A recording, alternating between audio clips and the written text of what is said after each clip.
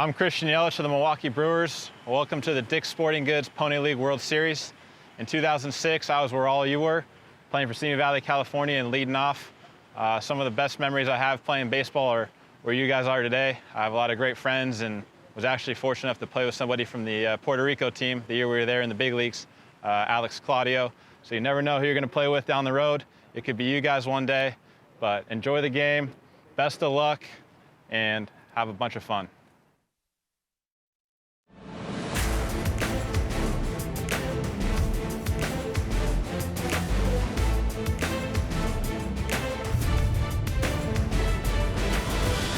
Welcome to Lou Hayes Pony Field in Washington, Pennsylvania. Coverage of the 2022 Dick's Sporting Goods Pony League World Series.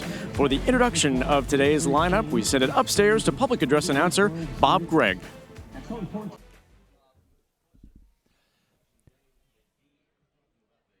First of all, the starting lineup for the visitors from Hagerstown, Maryland. Leading off, playing center field, number 13, Ben Sottazon. Batting second and playing first base, number 3, Brooks Norris. Batting third, the right fielder, number 6, Cooper Starkey.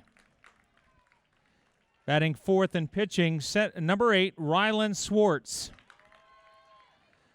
Batting fifth and playing third base, number 10, Jackson Coulter. Batting sixth, the left fielder, number 34, Landon Trumpauer. Batting seventh and catching, number 12, Bryce Davidson. Batting eighth, the shortstop, number 2, J.J. Hull. Batting ninth and playing second base, number 22, Derek Norton. 00, Julius Rowe. Number 4, Sean Higgins. Number 7, Hunter Benedict. Number 26, Jackson Reiser. Number 42, Jaron Wade. Coach, Aaron Stoner. Coach, Scott Coulter. Manager, Steve Berger. East Zone champion, Hagerstown, Maryland.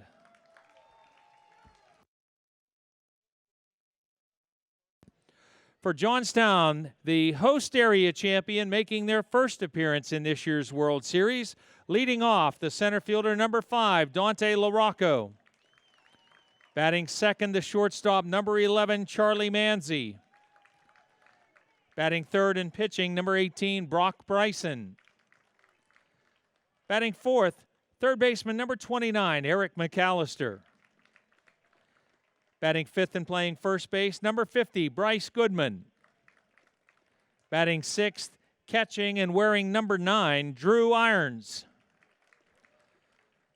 Batting seventh and catching, number 34, Ethan Shank. Batting eighth, the left fielder, number 10, Alex McCartney. Batting ninth, the right fielder, number 7, Grady Clark. Number 3, Austin Shaw. Number 20, Brady Gartner. Number 22, Brennan Lohr. Number 23, Liam O'Donnell. Number 24, Brody Malott. Number 32, Eric Redkowski. Coach, Dom Cannizzaro. Coach, Jim Bryson. Manager, Bugsy Roberts. Host area champion, Johnstown, Pennsylvania. Umpiring at home plate, Ray Parker. At first base, Dave Smolko. At second base, Jeff DeChellis. At third base, Jeff Rabel Sr. Decisions Committee, Tom O'Connor, Lenny Lynch, Terry Faust.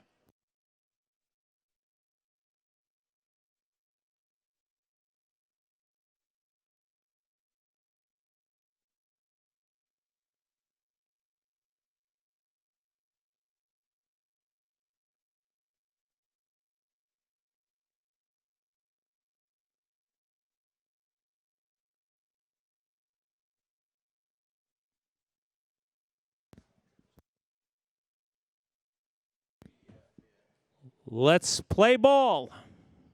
Technical difficulties.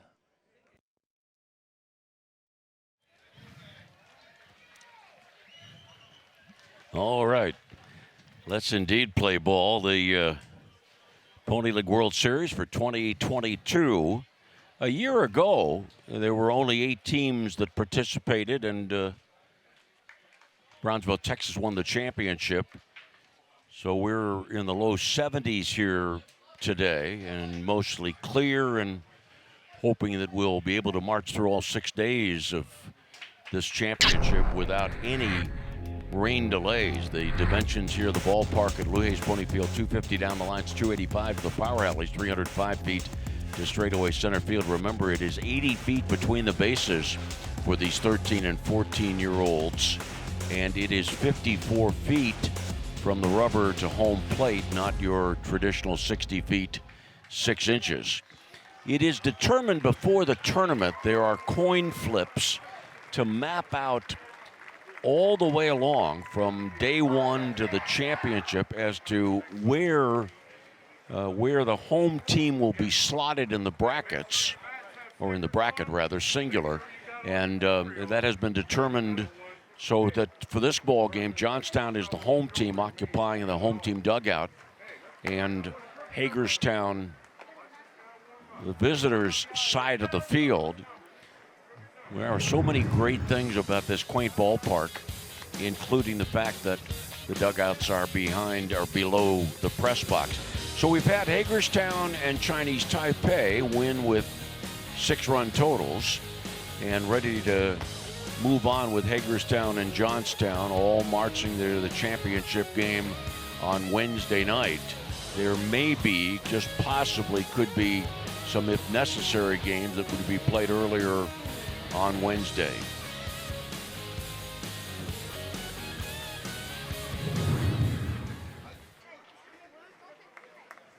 On the mound for Johnstown, Bryson, and Ben Sadison will get set to lead off the ball game with Norris. By the way, let me also point out that all 9 batters for Hagerstown are right-handed batters. Norris hitting 2, Starkey 3, Schwartz the pitcher batting 4th, Coulter, one of the stars of yesterday's game, in spot number 5. And defensively, McCartney in left, LaRocco in center, Clark in right, McAllister the third baseman, Manzi the shortstop, Irons at second base, Goodman at first, and Shank doing the catching. By the way, we should alert you that Drew Irons, listed on the program as a 6, is wearing number 9. Not that that's going to be necessarily a big deal for everybody, but and Ben Sadison to stand in and lead us off. We'll get underway with this third game of the day at 7:18. Here's the first pitch of the ball game, and we start with a hit batsman.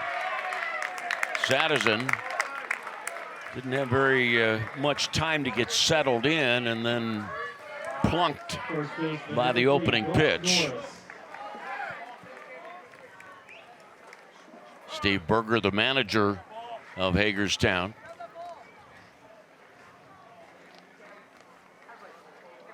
And it brings up Brooks Norris. Norris, first baseman,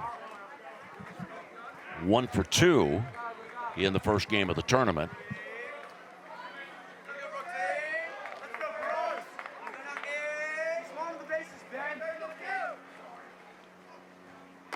Pitch high and inside.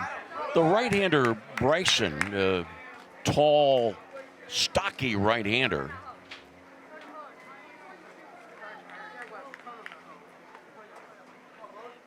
He is listed as 6'1", 210 pounds. 6'1", 210. Now the count, 1 ball, 1 strike on Norris.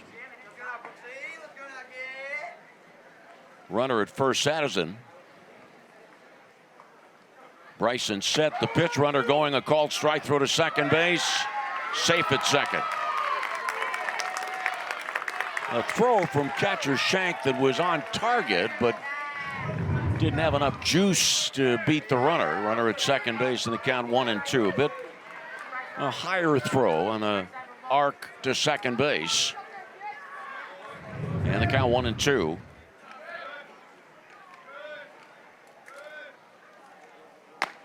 And Bryson's pitch high and inside. There is not a great deal of room in foul territory at this ballpark. There's enough room behind home plate that if a pitch gets by a catcher, then runners can move up.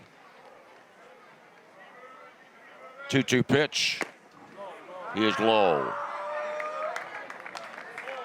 So 6 pitches from Bryson hit the batter with the first pitch of the game, and now 3-2 on Norris.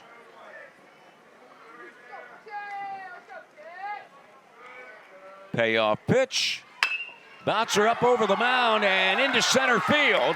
Around third, Sadison, the throw to the plate is high and goes past the catcher to the backstop. 1-0 Hagerstown. RBI single for Norris. Takes second on the throw.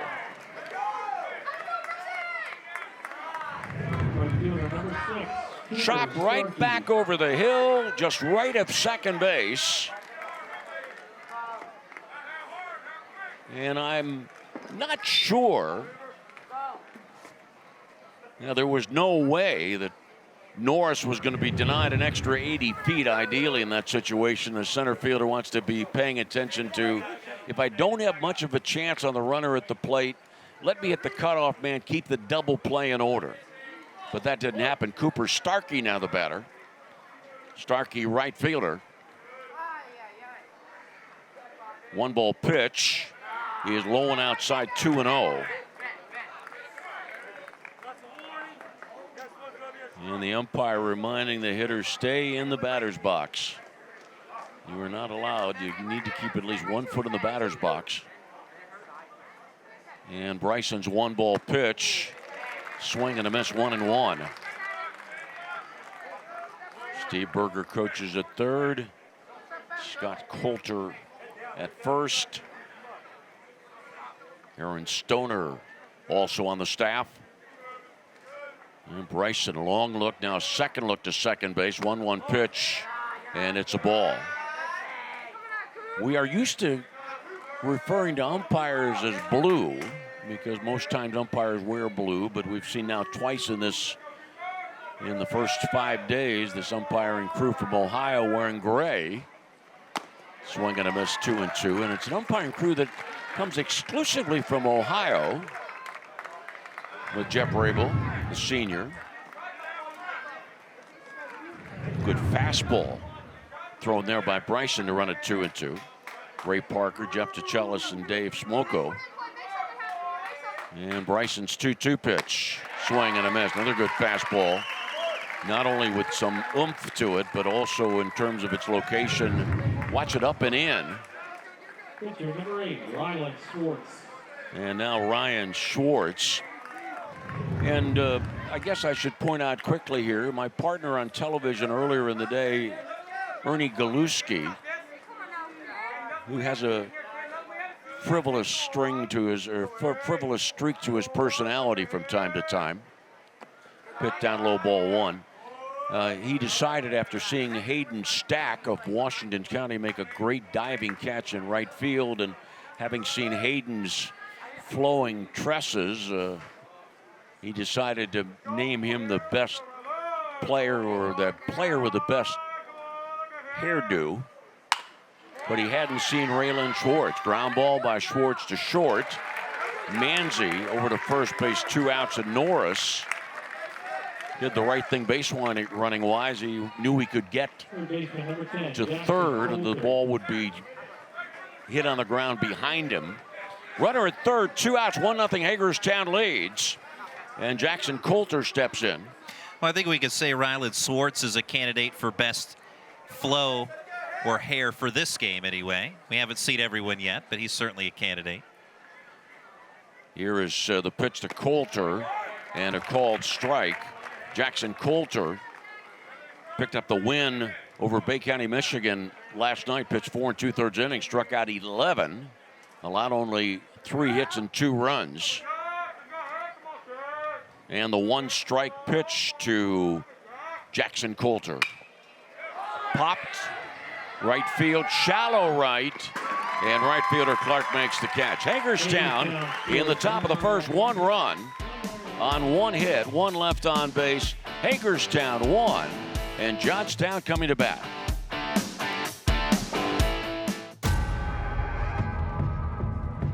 Oh yeah, been waiting for this one.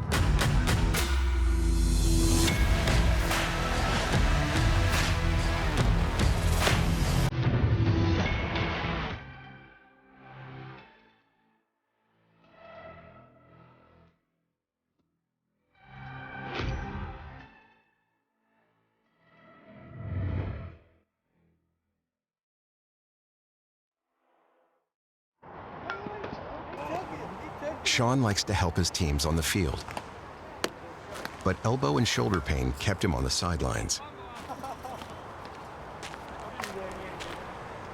Treatment from AHN had him feeling like himself in a couple days. Now he's back, pitching in wherever he's needed. Getting back in the game is living proof.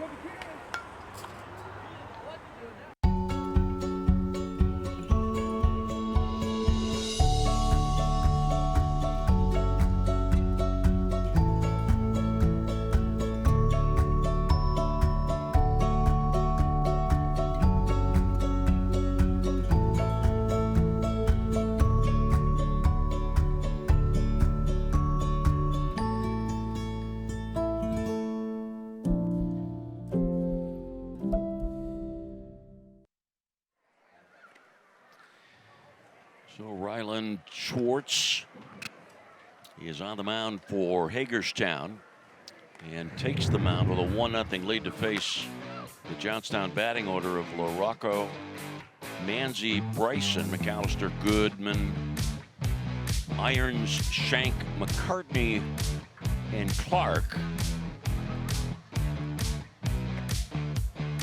And backed up by Trumpauer, Sadison, Starkey left to right. Coulter at third, Hull the shortstop, Norton at second, Norris at first, and Davidson catching.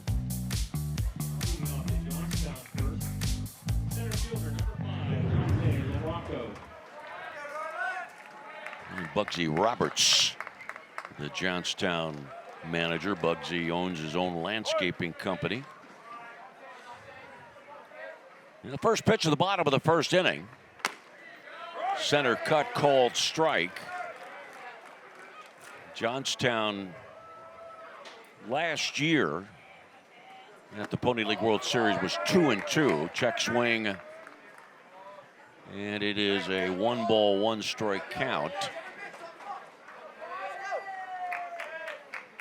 A year ago in the opening game, Johnstown defeated Manchester, New Hampshire, called strike 1-2, and then beat Brownsville, Texas 3-2, the eventual winners. Next pitch up and out, 2-2. But then Johnstown lost the next 2 games to Brownsville. Schwartz stepping back off the rubber and looking for some reason out towards center field. 2-2 pitch. Fly ball, semi-liner into left center field. The ball's going to bounce to the wall. Center fielder Sadison to track it down, a leadoff double for LaRocco. Hit with authority. Hit very quickly. Number 11, Charlie Manzi. And that leadoff double by the shot into the gap. Oh, a tremendous swing by LaRocco.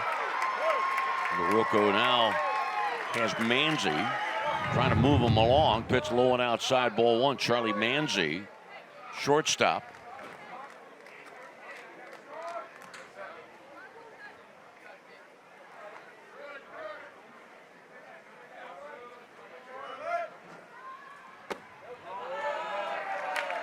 Two balls, no strikes. Bugsy Roberts, the manager, Dominic Canissaro, and Jim Bryson, other members of the coaching staff. Fly ball to center field. Sadison going back. Ball hits at the base of the wall in straightaway center. LaRocco scores from second. Manzi follows immediately the LaRocco double with a 2-base hit, and we are tied at 1 in the bottom of the first inning.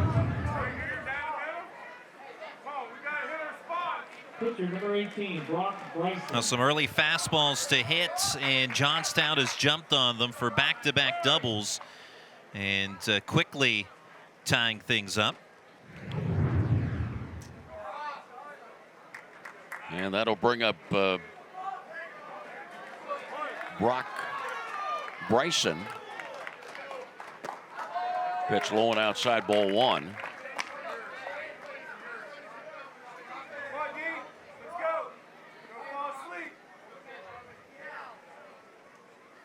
Bryson, right-handed batter. A strike called on the inside corner.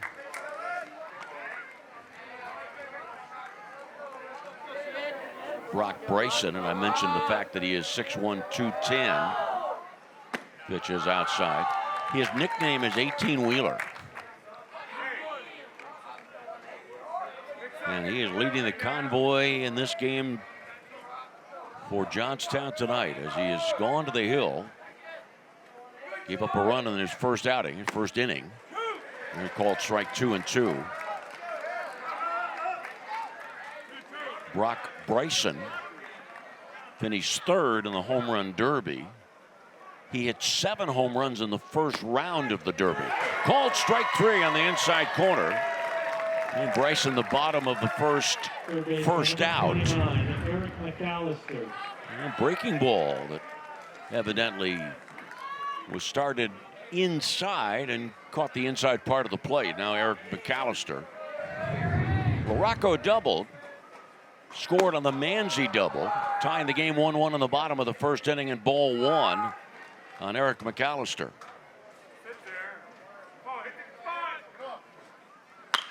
McAllister's ground ball off the glove of third baseman Coulter into left field. Manzi scores 2-1 Johnstown. Should have been a routine play. No RBI for McAllister. He's at first with 1 out.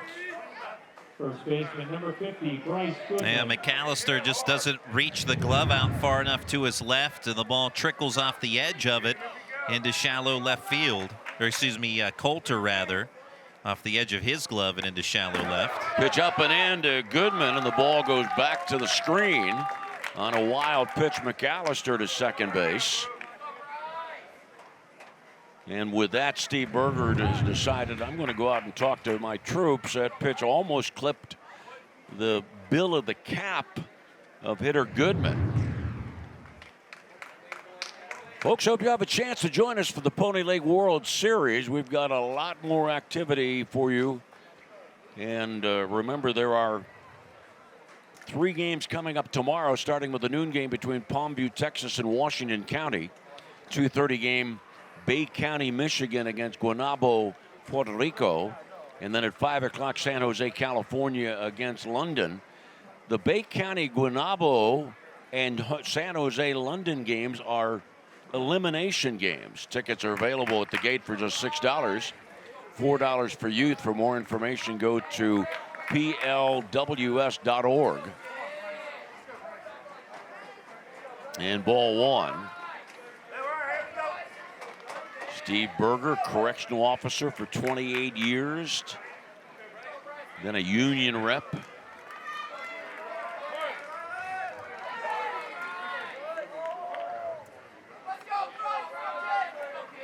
Ball 1 on Goodman. Pitch down low, ball 2.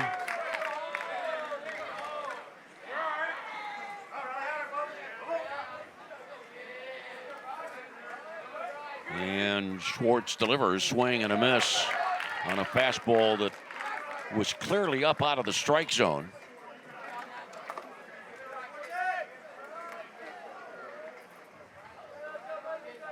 Two-one pitch in the dirt, handled well. Great job by catcher Davidson.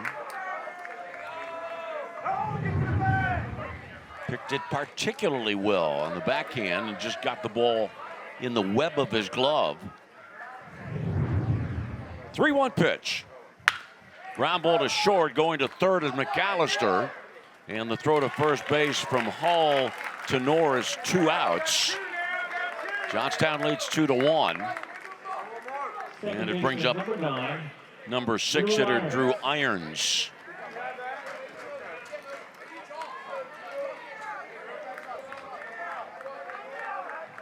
I know I mentioned that when I gave you the Hagerstown lineup that it was loaded with right-handed batters.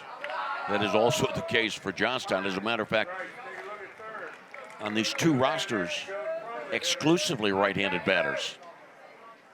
Irons bats with a runner at third, 2 outs, 2-1. Johnstown lead, pitch down low, 2 balls, no strikes. For Irons from the Tyrone area.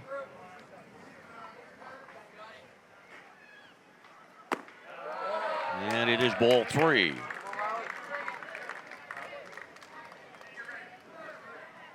Ryland Schwartz gave up back-to-back doubles. 3-ball pitch. Call strike 3-1. LaRocco double to start this bottom of the first. Manzi an RBI double. Manzi scored when McAllister reached on an error. Schwartz 3-1 pitch. Low and inside.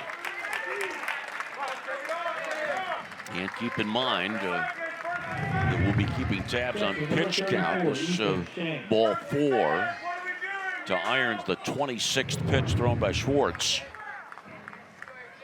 Important because there is a pitch limit as to how many pitches you can throw on a calendar day, but also it impacts the rest of the tournament.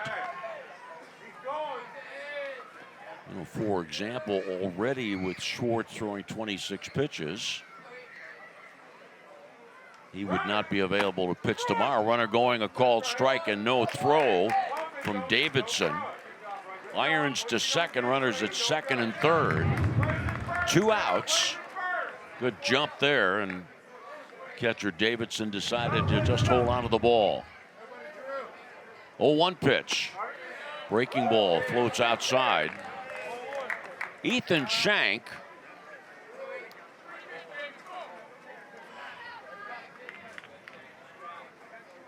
from Indiana, Pennsylvania.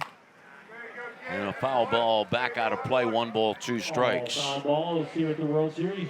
When I think back over all my years as a Pirate broadcaster, had some wonderful times on the Pirate Caravan in Indiana, Pennsylvania. 1-2 pitch. Strike 3 called inside corner. So Schwartz comes up with a couple of strikeouts, but Johnstown scores 2 runs on 2 hits. There was an error. And 2 left on base at the end of 1. Johnstown 2, Hagerstown 1.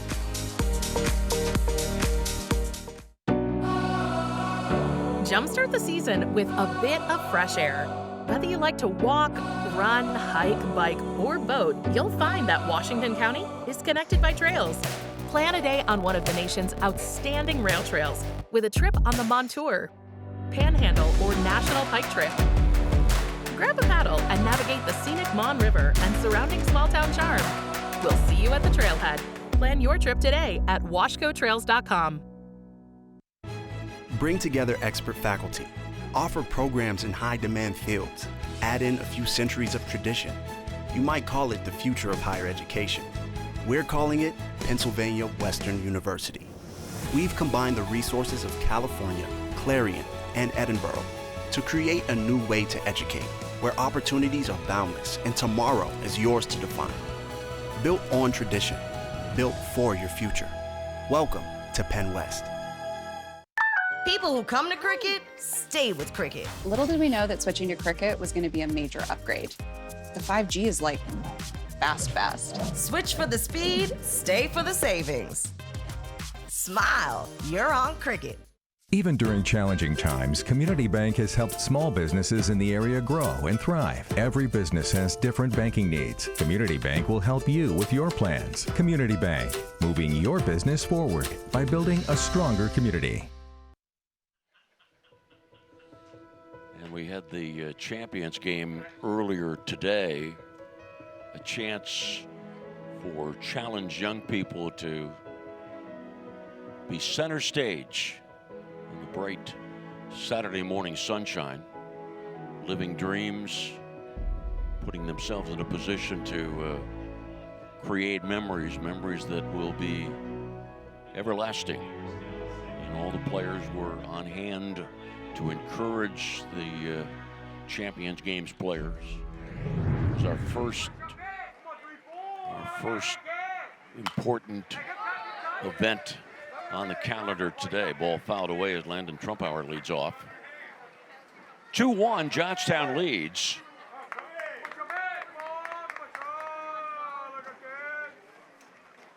And he hit batsman. The first batter of the first inning for Hagerstown was hit by a pitch. Sadison and scored. And now Trumpauer takes one off his left shoulder. We often hear about how leadoff walks will harm you. Leadoff hit by pitches, in effect, do the same. A free pass one way or the other. And certainly that was the case in the first inning when Sadison ultimately came around to score. So Trumpauer with a free pass in the second. Catcher Davidson showing bunt, pulls the bat back, and it's ball one.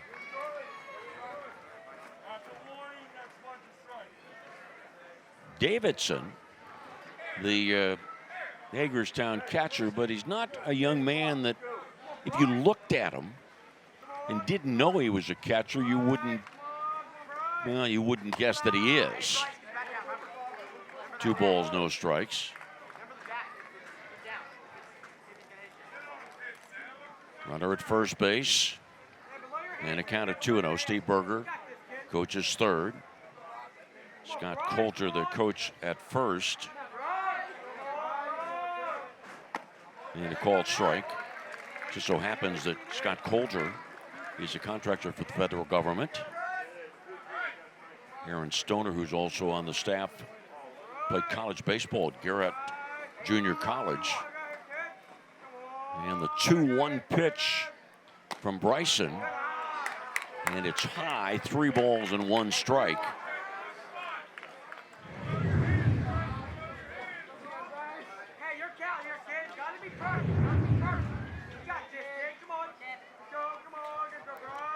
Bryson's 3-ball pitch.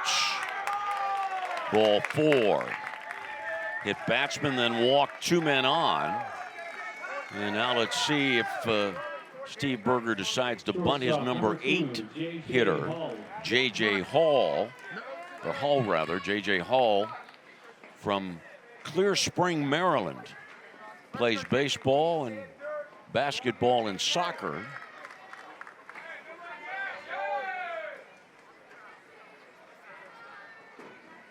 Johnstown leads 2-1.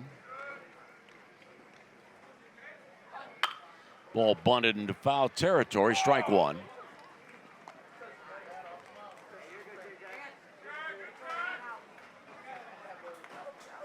These are 2 areas or 2 teams that are representing geographic areas that aren't all that far apart.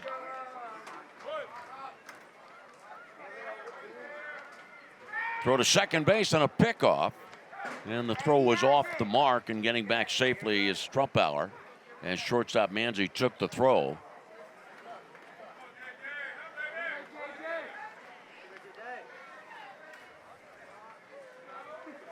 One strike pitch.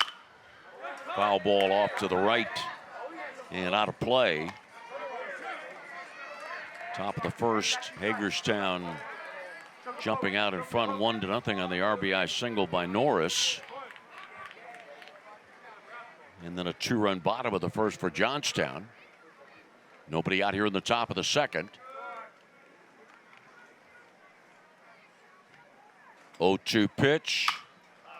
Popped, foul ball, first base side. And making the catch is Goodman. He hit the fencing, bobbled the ball as he was falling down, and made the grab. An absolutely phenomenal catch. Yeah, and the ball hits the fence. Yeah, that doesn't count. And Coulter, Coach Coulter, arguing that point for Hagerstown. The umpiring crew going to gather together, but we could see it pretty clearly on our second review of it here in the press box that after the ball touched the glove of Goodman, it did hit the fence, therefore making it a foul ball.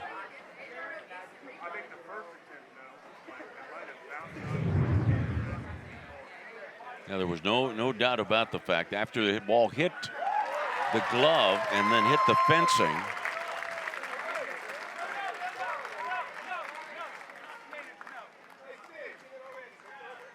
hit the heel of the glove, then off the fence, and then ended up in the hands of Goodman with him lying on the ground, back on the ground. Okay, so the count is 1 ball and 1 strike. No, it stands as an out. The umpires talked about it, but they decided to stick with the call on the field. Oh, thank you very much. Coach Coulter was arguing that point, and third base umpire Jeff Rabel came in to break up any further discussion between Ray Parker and Coach Coulter. Swing and a miss. I was quite certain, I guess, that the call would be overturned, and then I saw the home plate umpire go 1-1. I thought it was the count. It meant 1 out. Okay. Derek Norton, the batter.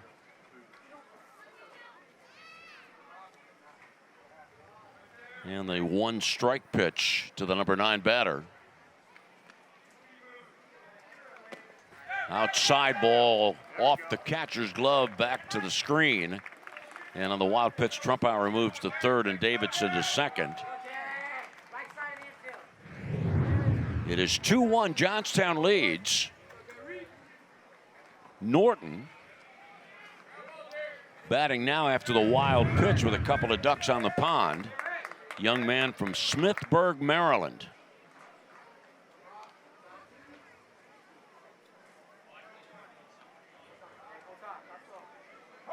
Time requested and granted for number 22.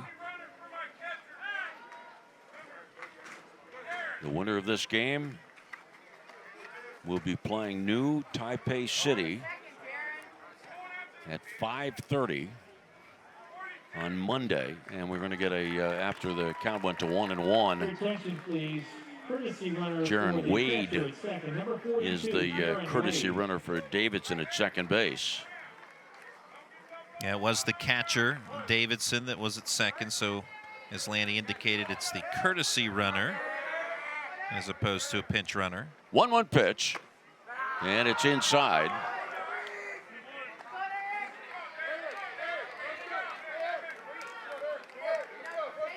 And the loser of this game will play its next game on Monday at 10 a.m. And Bryson steps off. The inning started with Trumpauer being hit by a pitch. Davidson walked. Then the ruling of the out on the foul pop. While pitch advanced the runners in the 2-1 pitch. Now Bryson steps off.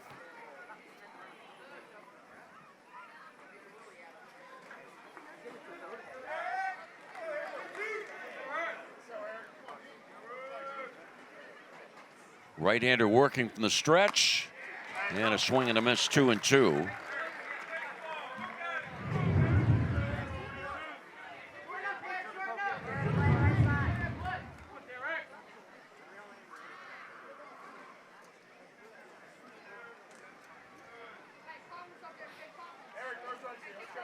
There is 1 out, and the 2-2 pitch, swing and a miss. The pitch to Norton was well up and in. Next to impossible to hit a pitch in that location. Now 2 outs, and Bryson gets his second strikeout. Now Salazan steps in. He was hit by a pitch, scored a run in the first inning. Johnstown leads 2-1.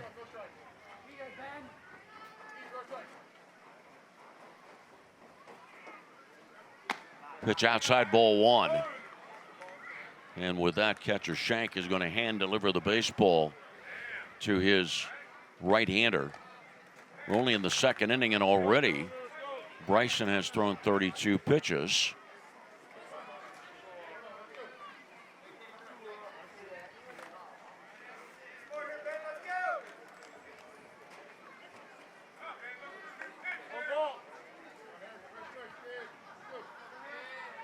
Conferences breaks up.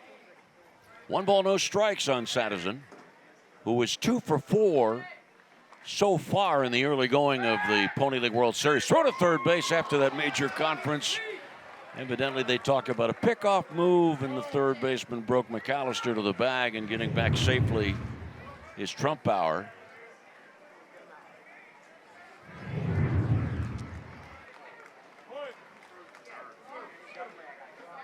Let's go 1-3. Come on here, Ben.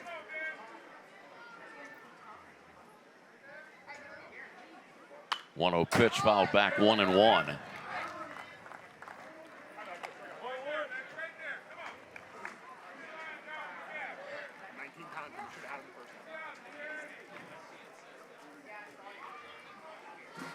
Trumpauer, the runner at third. Wade, the runner at second. 1-1 pitch. It's a ball. Ball squirted away from catcher Shank, but not very far, maybe about 4 or 5 feet to the left of home plate, to our left.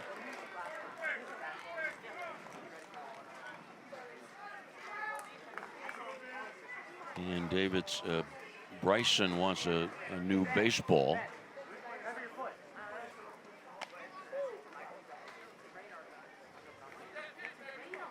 Certainly, if you spend time around major league pitchers, there's never a question about the fact that they've held so many baseballs in their hands that they can tell which ones have the good stitching, the higher stitches, and which ones don't.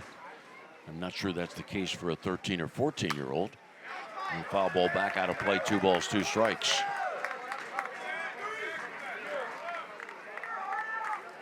Not that in the major leagues, baseball have very long shelf life. 2 balls, 2 strikes, 2 outs. Hagerstown with runners at second and third. And time called. Bryson was taking too much of it. Bryson, the right-hander, is trying to slam the door on Hagerstown here in the top of the second inning. And the big burly right-hander ready with his 2-2 pitch. And a foul ball outside third. Hayes Pony Field, dugouts below the press box, not along the first and third base line, which is so traditional. But this is the ideal place to host the Pony League World Series Championship. In Washington Park, Pennsylvania. 2-2 pitch. Swing and a miss, and a breaking ball down. And the strikeout of Satterson ends the inning. Hagerstown, no runs, no hits, 2 left on base.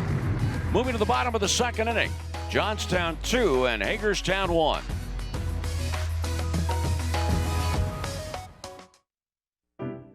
We've been in your community since 1808. We've stood by your side covering the news of the day. We've been here for the important times in your life. We've celebrated with you. We're proud to have delivered the latest in local, regional, and national news in Washington, Greene, and southern Allegheny counties. We'll be here for the next phase of your life with our print and online editions. The Observer Reporter, life delivered daily. At Washington Honda, taking care of our customers is our top priority. Whether you shop online or on the lot, we'll deliver your new car to your front door at no extra fee. It really is all at the mall. Not all car buying experiences are as straightforward as Washington Hyundai, but you can count on Washington Hyundai. We're here for you. The vehicle you want from the dealership you trust. It really is all at the mall.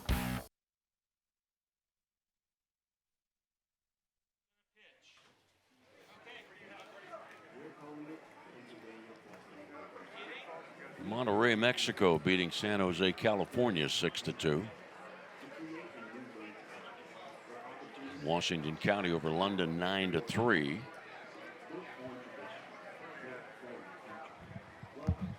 And we're moving into the bottom of the second inning. So Monterrey with its win can sit back until Monday. San Jose playing London at 5 o'clock tomorrow in Washington County with its win. Set to place Palmview, Texas at noon tomorrow. Get back to that. Leading off for Johnstown, here in the second, left fielder Alex McCartney. And Alex McCartney will lead off. You know, every now and then, Randy Gore, somebody will say to you, if you could have dinner with a famous person, who would it be? Or, you know, sometimes people say, who are the 3 people in your life you'd like to have dinner with? Alive or deceased, does it matter? But what I was going to tell you, I'm sure you've heard that question. Oh, right? yeah, absolutely. Okay. I didn't know. I thought I had to give an answer. No, okay. no. Okay, you fair can enough. if you want. but I must tell you that when I've been asked that question, one of the people that it would be fun to sit down and have dinner with, Paul McCartney. Wow, okay. I would agree with that. And Alex McCartney takes a pitch that's high, ball 1. I was thinking the other day, and as a professor of communications at Waynesburg, 1 ball, 1 strike, and spending time talking to my students about the art of interviewing. 1-1 pitch, up and in, 2-1. Can you imagine interviewing Paul McCartney and trying to figure out what possibly could you ask him that he has never, ever been asked before? And the 2-1 pitch. Here's a ball, 3-1. I did hear Terry Gross on PBS on National Public Radio interview McCartney one day. Here's the 3-1 pitch. Up and in, ball 4 and a leadoff walk. McCartney is aboard. But Terry was spending a good bit of time talking to Paul McCartney about what it was like to be a teenage heartthrob. Right fielder number 7, Grady Clark. And now here's Grady Clark. 2-1, Johnstown leads.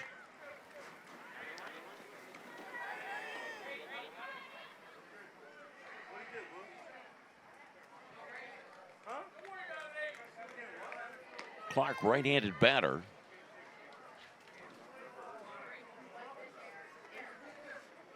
Grady from the Huntington area.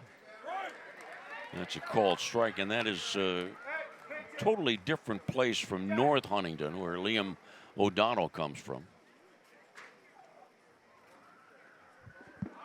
Runner going, pitch inside, a ball, throw to second base. And the stolen base for McCartney. It is not uncommon in pony baseball, dealing with 13 and 14-year-old catchers, to see a good number, a high percentage of base runners attempting to steal second, be successful. And a called strike, it's 1-2. Clark in the 9th spot of the batting order. And the 1-2 pitch. Swing and a miss, strike 3, ball in the dirt. Throw to first, and the runner will move from second to third. McCartney moves over to third base on the fielder's choice as the strikeout is completed. 2-3. 1 out of the inning. 3rd strikeout for Schwartz. Number 11, Charlie Manson. And I'm not sure that's a trade that Hagerstown would make on a regular basis. Get an out, but give up 80 feet, and runner at third. 1 out, Dante LaRocco. Infield playing back. And ball 1, so Hagerstown is saying it will be happy to concede another run to get the 2nd out of the inning. 1 ball pitch, swing and a miss, 1-1. LaRocco doubled and scored in the 1st inning. It was LaRocco and Manzi that had the back-to-back doubles. 1-1 pitch, low and outside.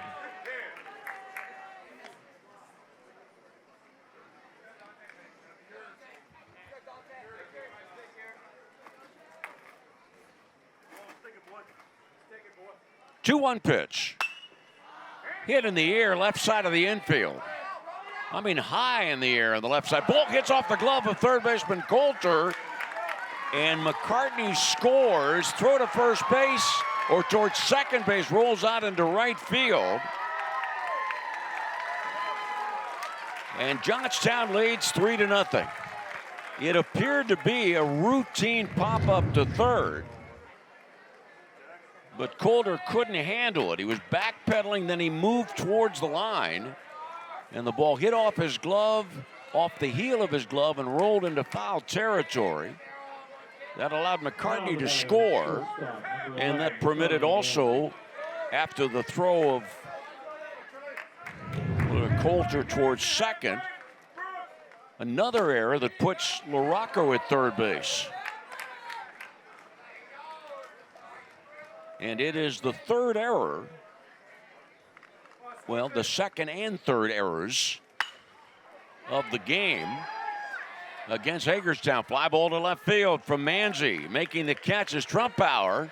His throw to home plate doesn't have enough power on it. And scoring, sliding in, is LaRocco, and Johnstown leads 4-1. Well, Manzi picks up his second RBI of the ball game. The left fielder Trumpauer did a good job of setting himself up so he had some momentum with his body towards the plate.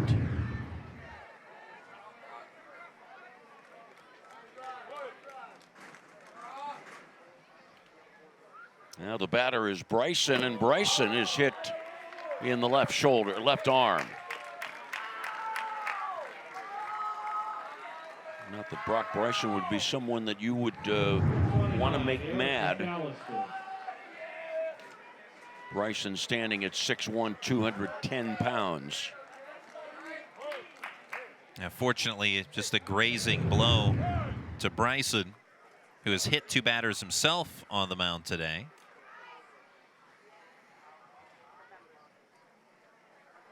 And time called here.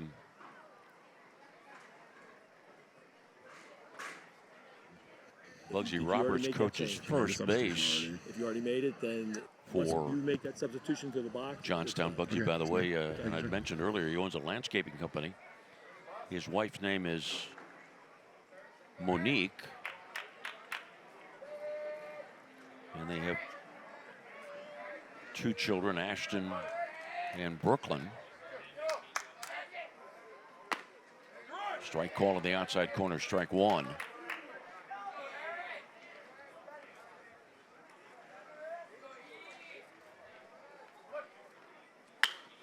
Fly ball hit by McAllister, right center field. And center fielder Sadison over into the gap to make the catch, but Johnstown picks up 2 runs in the second without the luxury of a base hit. 2 errors in the inning and 1 left on base. At the end of 2, Johnstown 4, Hagerstown 1.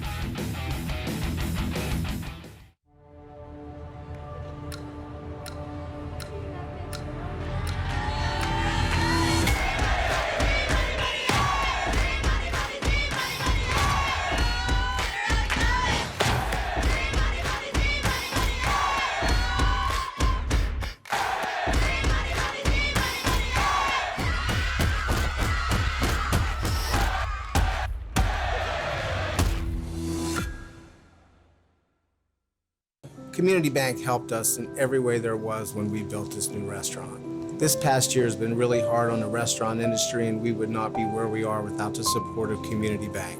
Community Bank, moving my business forward by building a stronger community. Trib Live High School Sports Network is the official video and audio streaming partner of the WPIAL. We broadcast over 2,000 sporting events each year and cover 17 sports in over 170 schools. At HSSN, you'll find the latest in high school sports news, live and archive broadcasts, scores, standings, and much more. Trib Live High School Sports Network, your high school sports leader. All season, every season. To everyone still crushing it when it's this hot. To those making it happen in the heat. And especially to those who have to wear long sleeves right now. We've got a Dunkin' Iced just for you. The Dick's Sporting Goods Pony League World Series is presented by Dick's Sporting Goods, by the Washington County Tourism Promotion Agency, and by the Observer Publishing Company. 2-run second inning. And a whole set good set of number changes and position changes for you. And here to call it, Randy Gore. Thank you much, Lanny Fratteri. First pitch here at the top of the third is upstairs for a ball to Brooks Norris. Hey, by the way, before I'm going to run sure. out a minute because there was a bad rumor floating around that the concession stand did not have any ice cream. Oh, you have to solve this. I'm going to go check it out, okay? All right. Lanny is on his investigation of ice cream as the next pitch is strike. Brooks Norris, RBI single in the first inning. Offering up and in to Norris makes it 2-1. 4-1 score favoring Johnstown over Hagerstown, Maryland. And Drew Irons is in to pitch now for Johnstown. Fly ball to center field and a fine leaping catch made by LaRocco out in center for the inning's first out. So Norris puts a charge into it, but LaRocco with the leaping grab. Sends up Cooper Starkey. Starkey 0 for 1, struck out swinging in the first inning.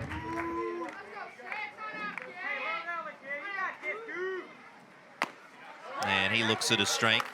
Going back to the changes for Johnstown. Drew Irons in to pitch. Brock Bryson goes for the pitcher's mound to first base. Bryce Goodman from first base to third. And Eric McAllister from third to second. So those are your defensive changes for Johnstown. Everyone stays in the lineup as is. 1 through 9, but just switching around the infield. Count 0-2, and the 0-2 pitch called strike 3. And so Drew Irons coming out humming here at the top of the third as he punches out Starkey down. Second time he has struck out tonight has Cooper Starkey. Quickly 2 away in the top of the third. 4-1 Johnstown in front. Now it's Ryland Swartz. Swartz 0 for 1 with a ground out to short. Takes a strike. So Irons filling the zone up with strikes thus far. Irons from Tyrone, PA. 0-1, wave and a miss. Fastball in the mid-70s, typically locates well and keeps the ball down in the zone. And if you can do that, you'll typically be successful. 0-2, fly ball on a line, sinking into left center. That's going to drop in, and then a little bit of a wave there by LaRocco at center as a throw into second base will not get Swartz, and he is aboard. Base hit and error. It's a single and E8 on LaRocco to allow the extra 80 feet. Get the aerial view of it. Bouncing in, and then a little bit of an Olay by LaRocco out in center. And Swartz will get a courtesy runner. Swartz at second, 0-0, Julius Rowe.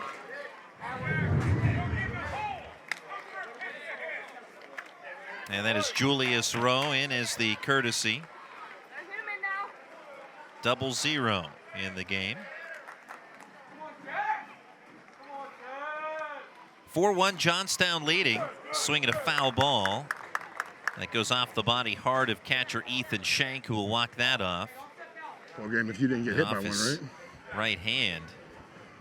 So Bugsy Roberts out to check on him. His home plate umpire Ray Parker. Oh, right on that right arm, forearm area. Oh, right hand. And that'll sting.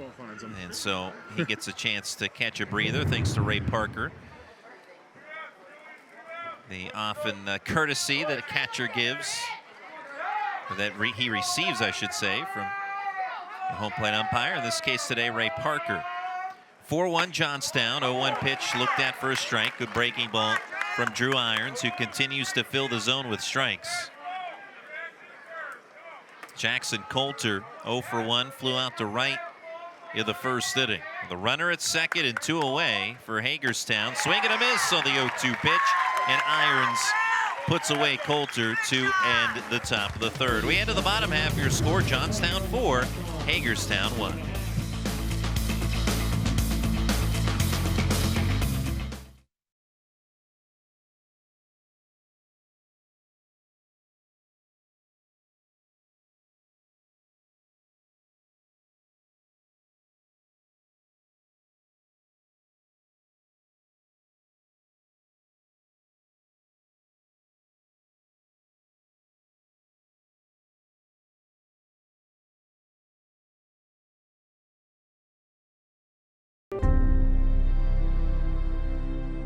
John Sisson Motors invites you to experience the next evolution of the automobile with a completely new all-electric 2022 EQS sedan from Mercedes EQ. Reserve yours today at johnsissonmercedes.com.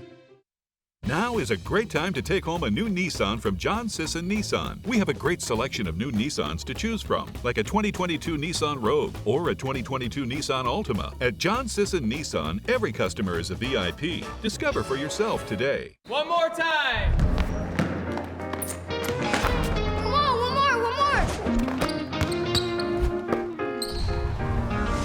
Come on, one more. One more. Righty stance. Yeah! 2, 1. One more, man. Oh, man. All right, little bro.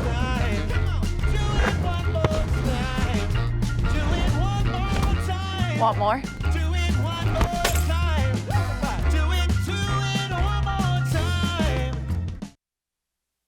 The Dick's Sporting Goods Pony League World Series is presented in part by Appalachia Energy Partners, a specialized logistics company seeking CDL Class A drivers. Call 724-514-6593. By Lighthouse Electric, integrators of electrical solutions. And by Defy Security, cybersecurity experts who put customers back where they belong, first. And we go to the bottom of the third. Bryce Goodman, Drew Irons, and Ethan Schenk all due up for Johnstown. As Johnstown serving as the home team in this one, trying to add on to its current 4-1 lead. Goodman 0 for 1, grounded out to short in the first inning. Takes a pitch just outside for ball one. Rylan Swartz wanting that pitch. Shakes his head in frustration as he'll deal the 1-0. Swinging a foul ball off the bat of Goodman.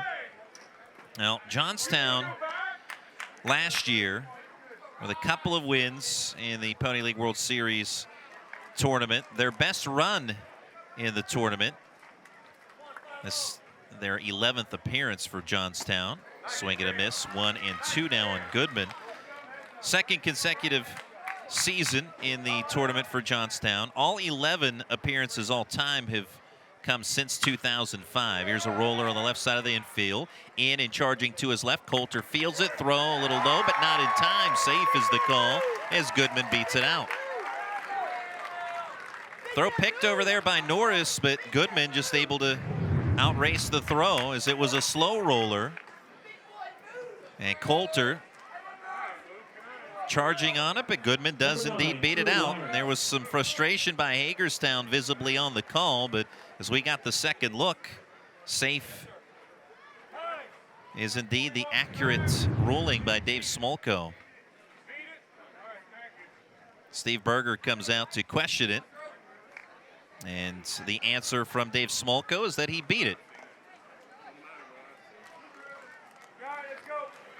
Well, last year's appearance for Johnstown, their most successful here at Washington, PA. Trying to build upon that here this year. 1-0 is outside to Irons. Or the first pitch is outside to Irons to make it 1-0. My apologies. Irons walked and stole a base in the first.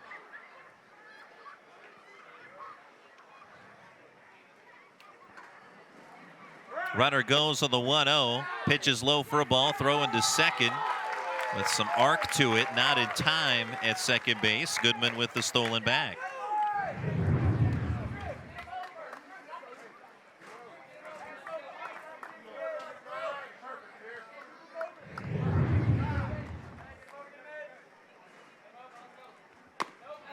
Fastball inside to Irons. Now 3-0.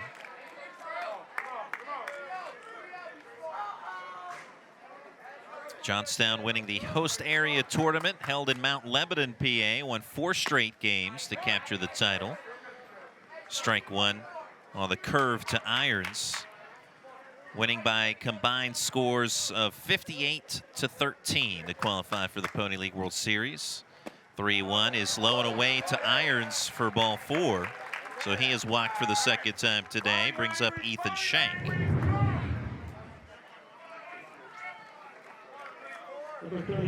So Rylan Swartz unable to hit the edges here in this third. Base hit for Goodman after a stolen base. Now irons walk, sets up Ethan Shank 0 for 1. He struck out looking in the first inning. Offering from Swartz is a strike. And for Johnstown in the host tournament, defeating Beaver Valley 23-8 in the opener, then defeating Mount Lebanon 17-2. Pitch gets away at the plate, and will advance the runners to second and third. Pass ball. The rolling to allow Goodman to third and Irons to second.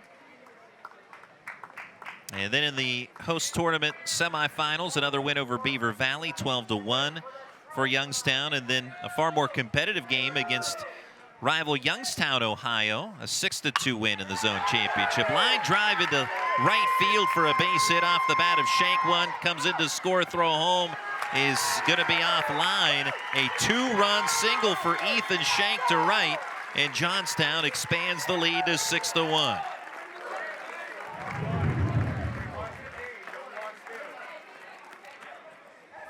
So Johnstown continues to add on to the advantage. 2-run frame in the first, same in the second. 2 so far in this bottom of the third. And we'll have a courtesy runner for Ethan Shank after his 2-run producing single. And the Johnstown dugout elated at the moment with the current 5-run lead. Courtesy runner is Brennan Lohr. So he'll take over at first, and an immediate pickoff throw from Ryland Swartz to check on him.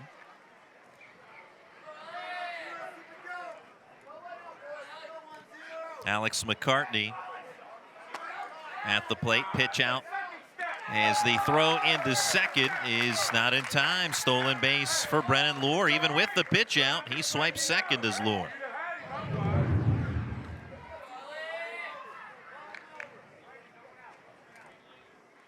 So a bit of a double clutch there by the catcher, Bryce Davidson, costing him the extra moment to possibly throw out the runner. Now a wild pitch.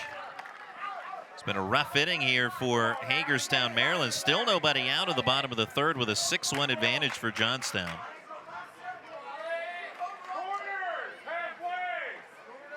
Johnstown led by manager Charles Bugsy Roberts. I'd asked him where he got the nickname from, and he said he's not sure. He had it pretty much since as long as he can remember. Baseball has been a long-standing family tradition for the Roberts family at just about every level. Count of 3-0 on McCartney. And Swartz unable to find the zone. Runner at third, nobody out. 6-1 Johnstown. Pitch away for a ball. Another walk, second of the inning. And fourth of the game for Swartz as he struggles here in this bottom of the third. And we'll have a mound visit from Steve Berger, who's coached here at the Pony League World Series many a time with Hagerstown in 2002, 2008, 2017, and last year as well.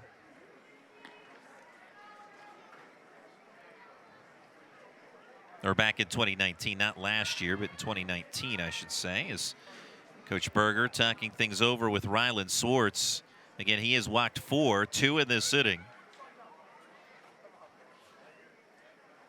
Hagerstown, last appearance here in Washington in 2019, went 0-2 with losses to Arecibo, Puerto Rico, 11-9, and Guasave, Mexico, 3-0. Last Pony League World Series win was in 2017 for Hagerstown. They beat Youngstown, Ohio, 6-1, but right now on the trailing end of a 6-1 score, still nobody out on the bottom of the third and runners of the quarters for Johnstown.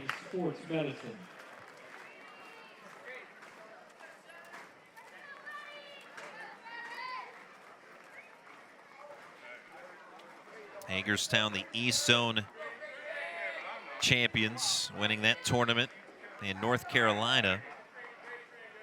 and defeating High Point, North Carolina in the championship game 14-2, but struggling in this one after winning last night. Pickoff throw, diving in there safely head first is McCartney. Hagerstown last night in the Pony League World Series opener, beating Bay County, Michigan 6-5. Pitch a strike, runner takes off from first, and he is caught stealing. Runner breaks from third, and he'll score. So a fielder's choice allowing Shank to come in. Again, it's a caught stealing of McCartney over at second base as the throw fielded by the shortstop, J.J. Hall. Then he made the pirouette and throw home, which was not in time to get Brennan Lohr, the courtesy runner. If I said Shank, my apologies. It was Lohr who scores on that play. And now 7-1 Johnstown.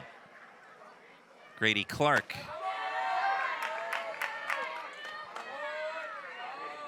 Count of 1-1 on him. He struck out swinging in the second. One out in this third, thanks to the caught stealing moments ago. Another one misses the zone. 2-1 to Clark.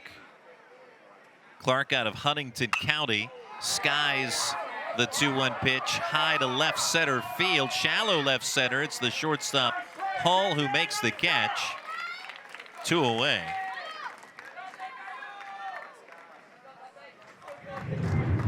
Now it's Dante LaRocco. He has reached twice, has scored 2 runs, doubled and scored in the first, reached on an error and scored in the second.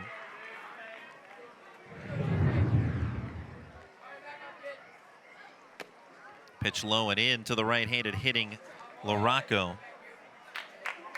LaRocco from Altoona, PA. 1-0. Ball sky to left center field.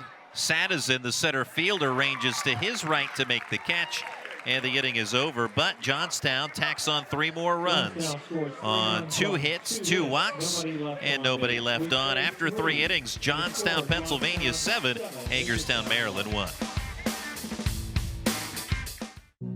Congenital heart disease means that you're born with a heart defect. Parents ask if their child will have a normal life. That's a huge responsibility. Here at the Children's Heart Center, we use a comprehensive care model. We treat newborns all the way up to fully grown adults that were born with congenital heart disease. These kids go to elementary school, go to high school, go to college, get married, have families. The people of West Virginia deserve this level of care. At Pathways of Southwestern Pennsylvania, we believe that every life has potential, and we're dedicated to fulfilling it. Our programs give every child the opportunity to overcome obstacles, achieve milestones, and reach their fullest early learning potential. From cutting-edge development therapies and daily medical supervision to quality early education for children of all abilities, we cater to each family's specific needs. Pathways of Southwestern Pennsylvania, your path to lifelong fulfillment.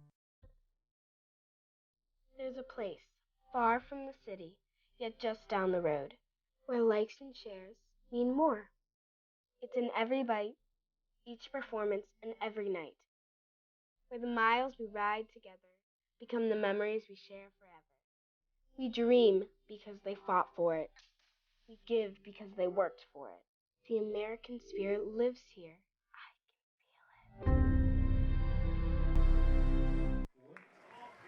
Entering the game in the 8th spot and playing left field, number 23. Welcome back to Lou Hayes Pony Field. I'm Randy Gore along with Lanny Fratteri. We have some changes for Johnstown. Defensively, Liam O'Donnell comes into play left field. He'll take over the 8th spot in the batting order for Alex McCartney. And playing right field is Austin Shaw, and he'll take over right, as well as the number 9 spot for Grady Clark. First pitch, trying to hold his swing, but on the appeal, rung up for a strike is Landon Trumpauer. Trumpauer tried to hold the bat back, but he turned the hips around, which caused his problem to go around for the strikeout. Next pitch, a ball from Drew Irons.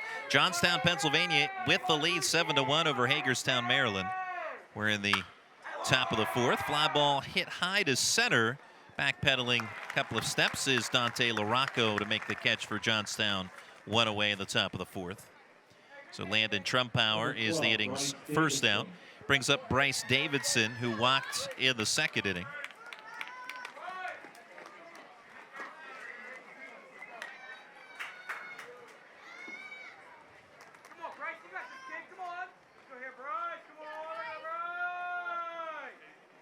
Davidson, first pitch swinging, two-hopper, weakly hit to Bryce Goodman at third, throw to first.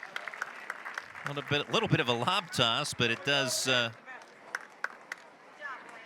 find Brock Bryson in time for the inning's second out, so 5-3 on the putout. Number 2, J.J. And now it's Hall. J.J. Hall, who's 0 for 1. He popped up in foul territory in the second inning. It was a ball that was caught by Bryce Goodman. Here's a line drive right at Manzi. The shortstop snares it for the inning's final out at a 1-2-3 frame in the top of the fourth. We head to the bottom half of the score. Johnstown, Pennsylvania 7, Hagerstown, Maryland 1. To everyone still crushing it when it's this hot. To those making it happen in the heat. And especially to those who have to wear long sleeves right now. We've got a Dunkin' Iced just for you. Hi, I'm Dylan Radigan. The world is brimming with possibilities.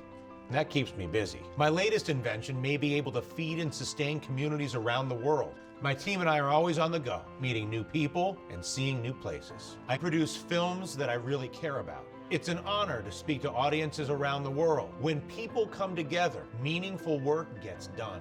How do I do all this? Well, that part's easy. Hotelplanner.com.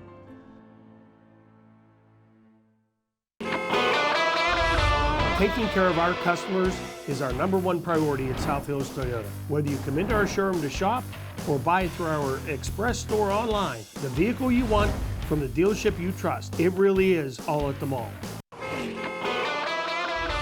At Washington Honda, taking care of our customers is our top priority. Whether you shop online or on the lot, we'll deliver your new car to your front door at no extra fee. It really is all at the mall. To everyone still crushing it when it's this hot. To those making it happen in the heat. And especially to those who have to wear long sleeves right now. We've got a Dunkin' Iced just for you.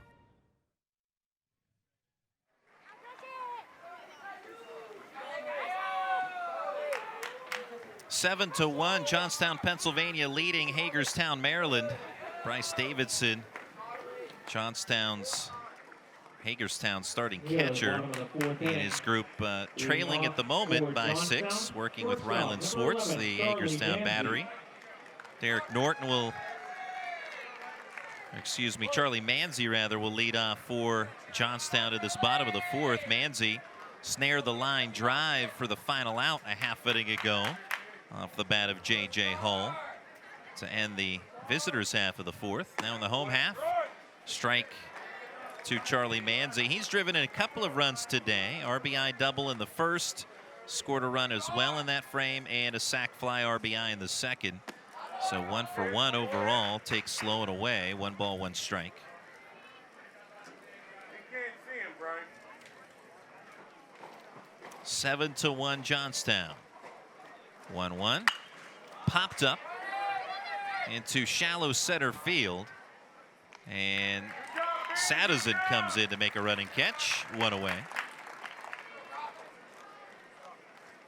Great to have you with us today on 1450 AM WJPA in Washington with coverage of the Dick's Sporting Goods Pony League World Series. Dick's Sporting Goods every season starts at Dick's. Brock Bryson 0 for 1, hit by pitch in the second. Bryson watches a strike.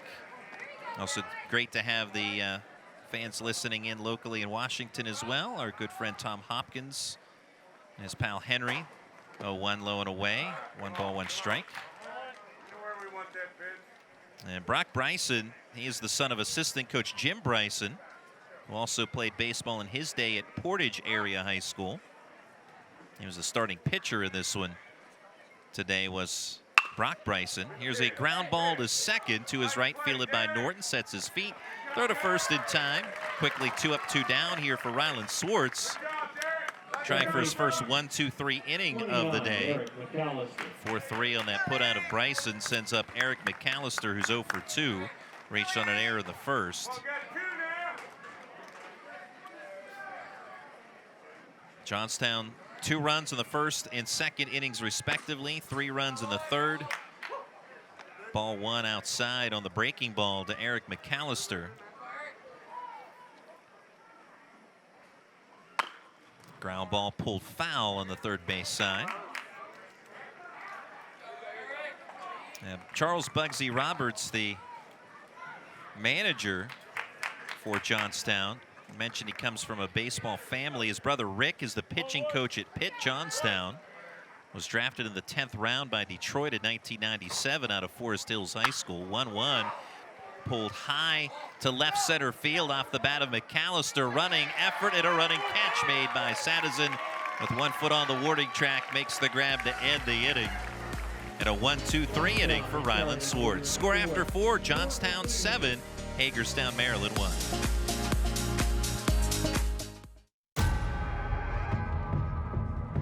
Oh yeah.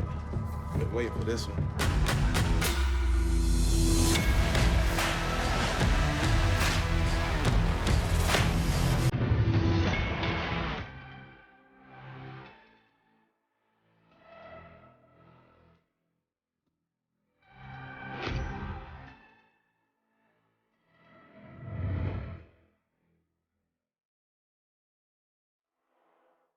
Community Bank helped us in every way there was when we built this new restaurant. This past year has been really hard on the restaurant industry, and we would not be where we are without the support of Community Bank. Community Bank, moving my business forward by building a stronger community. People who come to Cricket stay with Cricket. Little did we know that switching to Cricket was going to be a major upgrade. The 5G is like fast. Switch for the speed, stay for the savings. Smile, you're on Cricket.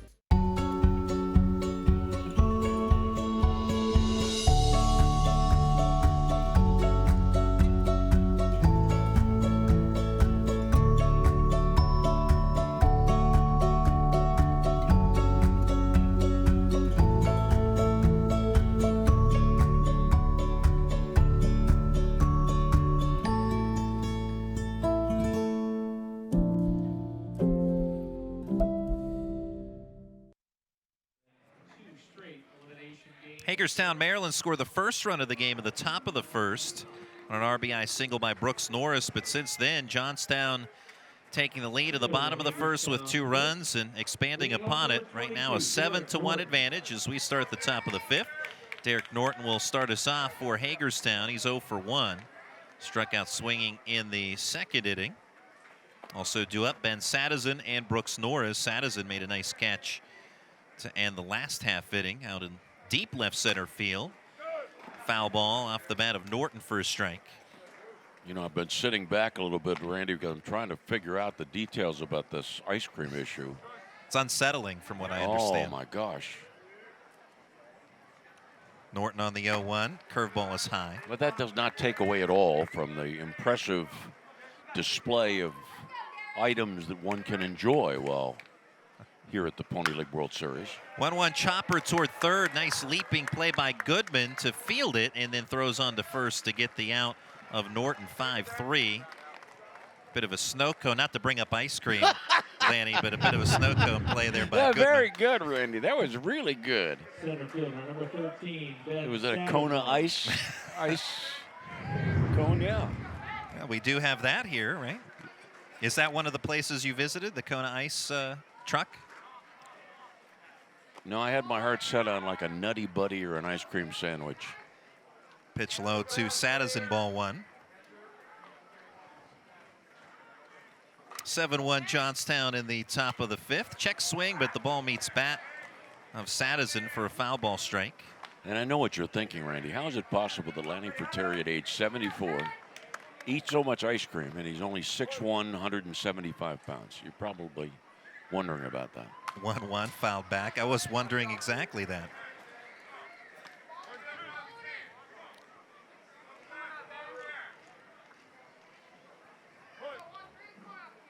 Some action down at the Johnstown bullpen. Same for Hagerstown. Johnstown down the right field line and left field line for Hagerstown. Count now 2-2 on Sadison. 2-2 pitch fouled away. Johnstown with Brady Gartner loosening. Washington Financial Bank, the original night sponsor of the World Series. And Hagerstown's trip down the line has concluded as they hustle back. Is a 2-2 count on Sadison.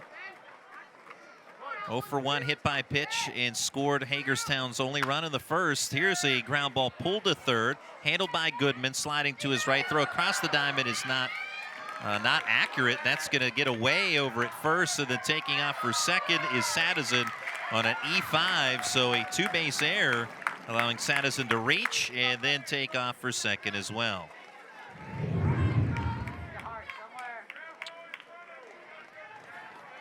First baseman number 3, Brooks Norris.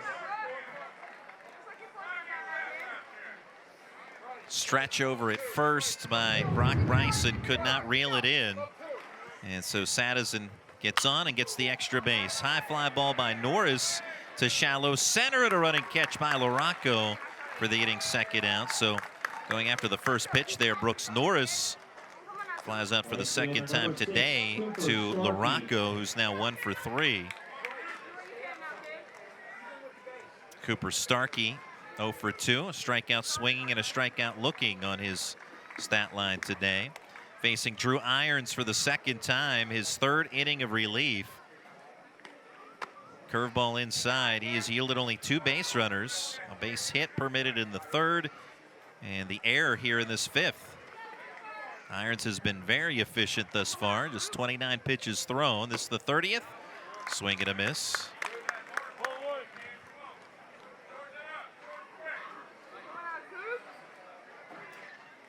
Leading off of second is Sadison, as darkness descending over top of Lou Hayes Pony Field at this time of night. Swing and a miss for strike 2. Mostly cloudy skies throughout much of the day, but a pleasant day overall. Temperatures in the mid-70s.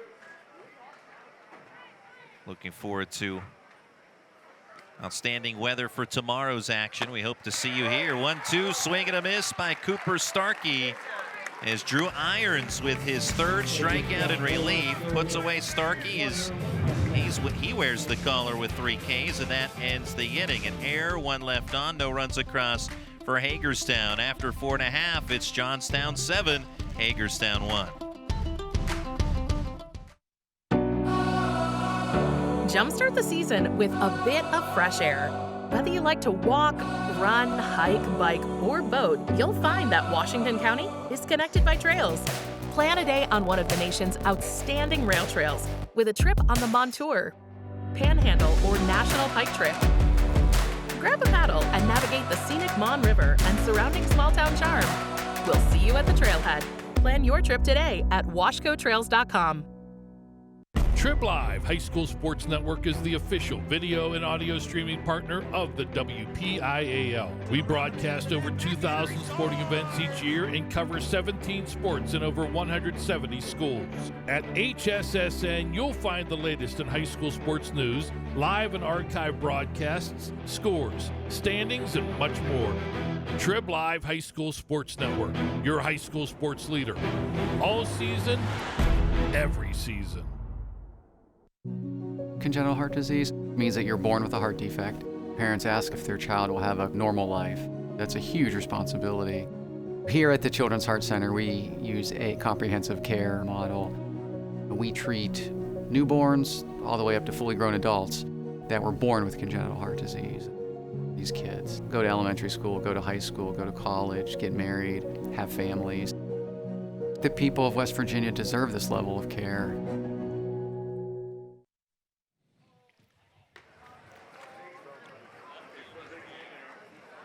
Some changes for Hagerstown.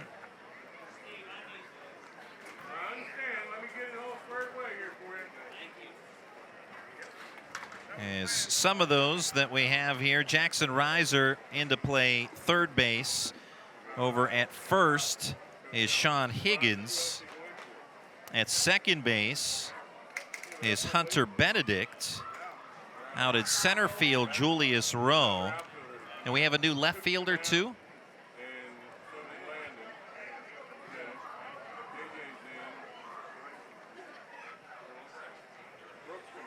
Left fielder. Oh, looks like we're okay then in left. But those are the changes as we have them, and where they're at in the batting order, we're not certain yet. They have not been determined up here in the press box, but we can visibly observe who's out there in the field. So those are the changes that we have thus far for Hagerstown. Still in pitching is Ryland Swartz. And we head to the bottom of the fifth. It's Johnstown, Pennsylvania 7, Hagerstown, Maryland 1. And a fastball strike to Bryce Goodman, who's 1 for 2. He singled, stole a base, and scored a run in the third, part of a 3-run frame. Swartz with the wide of the offering, popped up towards shallow right. Second baseman Benedict calls for it, makes the catch running toward the line in fair territory for the inning's first down. So Goodman put away, sends up, we're gonna have a pinch hitter here for Drew Irons, as Brady Gartner will be the new hitter. I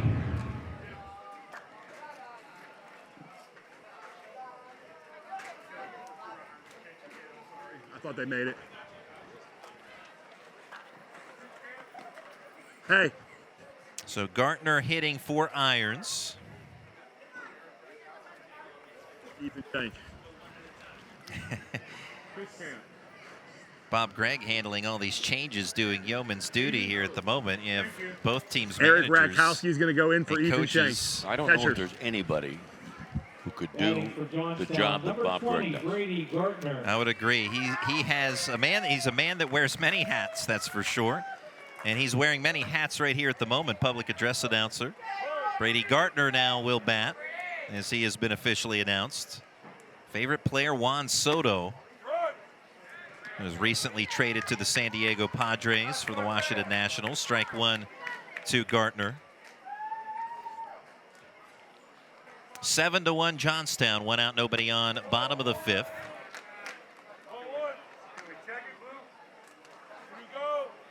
Check swing, and on the appeal, first base umpire Dave Smolko says no swing for Gartner.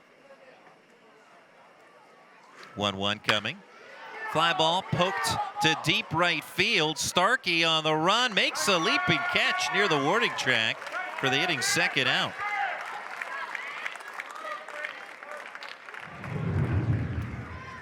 Gartner putting a charge into that one.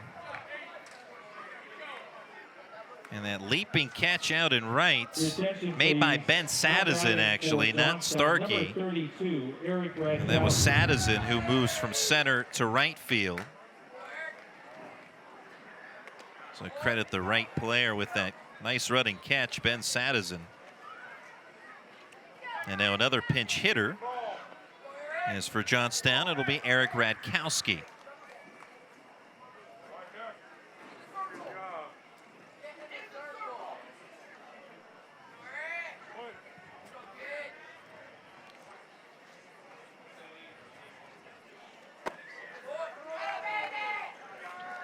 First pitch, a ball to, or excuse me, second pitch, a ball. Now 2-0 here on our pinch hitter and Radkowski. And Ryland Swartz, unable to hit his mark, now falls behind 3-0. 7-1 Johnstown in front. 2 outs and nobody on in the bottom of the fifth. Swartz 3-0 is upstairs, high for ball 4. So 2-out base runner is, that breaks up a string of 7 in a row retired by Ryland Swartz. And now we're going to have a visit to the mound with manager Steve Berger.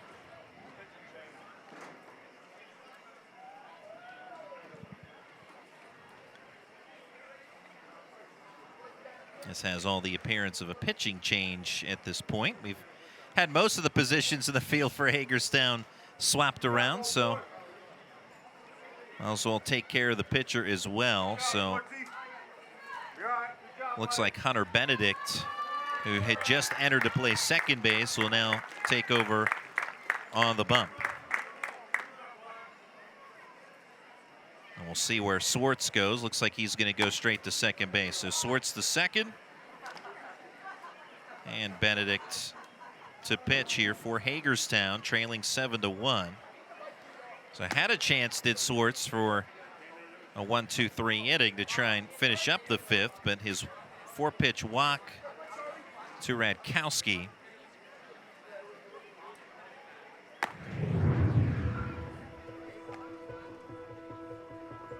as the Champions League game earlier today here at Washington, part of the festivities throughout the week. And a great event is the teams here involved in the Pony League World Series come out to work with those challenged.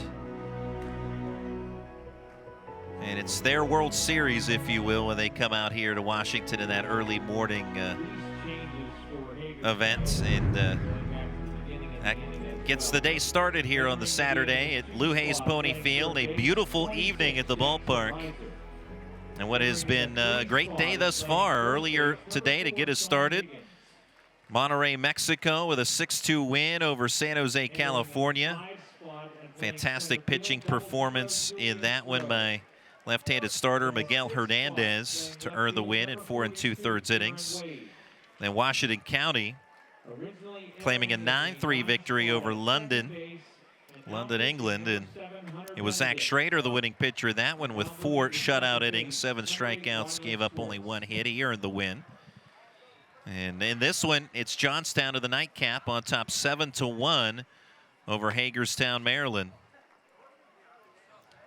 And again, it's Hunter Benedict now to pitch. He has concluded his warm-ups as Ryland Swartz moving over to second. And to bat is Liam O'Donnell. O'Donnell making his first appearance at the plate. He came in as a defensive switch half inning ago. Liam O'Donnell out of Norwin High School. Lanny mentioned earlier out of North Huntington. Pitcher and first baseman out at Norwin. Foul ball down the right field side and drifts out of play. Also runs cross country and plays basketball, does Liam O'Donnell. Plays travel ball in Johnstown for Flood City Elite. And talking with the Johnstown coaching staff, there are a lot of players that come from well outside the area. Pickoff throw to check the runner. Radkowski in there safely. And certainly O'Donnell is one of them, as he and his family travel about an hour and a half or so to Johnstown. And some of the others, according to the coaching staff, also make a pretty good trip to participate on their travel ball team. And also for this Johnstown Pony League team. Pitch low. Count now 2-1 on Liam O'Donnell. Right-handed hitter facing the right-handed throwing Hunter Benedict in this bottom of the fifth. 7-1. Johnstown in front with 2 outs and a runner at first. Strike delivered by Benedict at the knees.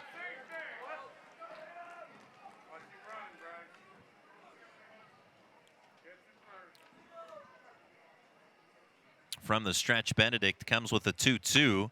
Fouled away yet again. Now, talking earlier about Bugsy Roberts, the manager for Johnstown. His brother Rick, pitching coach at Pitt Johnstown, former minor leaguer. His brother George, assistant coach and recruiting coordinator at Pitt Johnstown.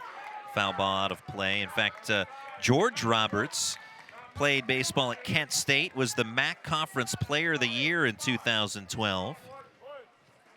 And Bugsy Roberts, he didn't play much baseball, suffered an arm injury when he was 13, decided to take up wrestling. Foul ball up the third base line.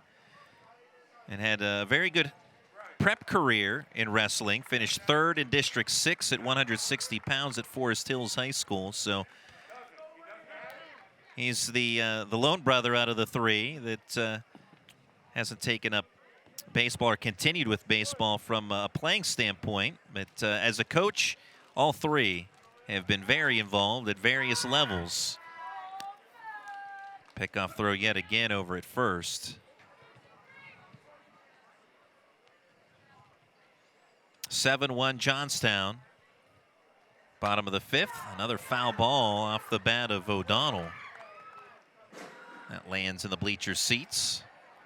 Just in front of the ice creamless concession stand. We got to work on that. It's summertime. It's August after all. 2-2 pitch. Swing and a miss. O'Donnell down on strikes as Benedict facing one batter punches him out, and that ends the frame. A walk, one left on, no runs across for Johnstown. And after 5 innings, it's Johnstown, Pennsylvania 7, Hagerstown, Maryland 1.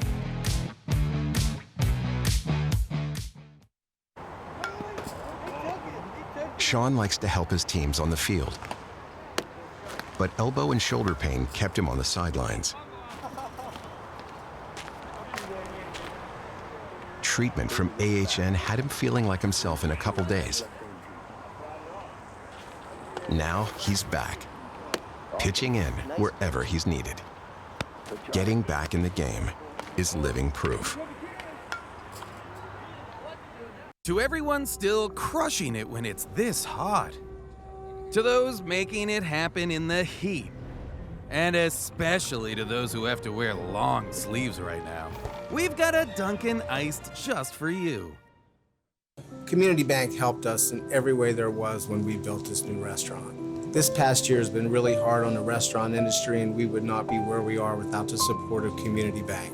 Community Bank, moving my business forward by building a stronger community.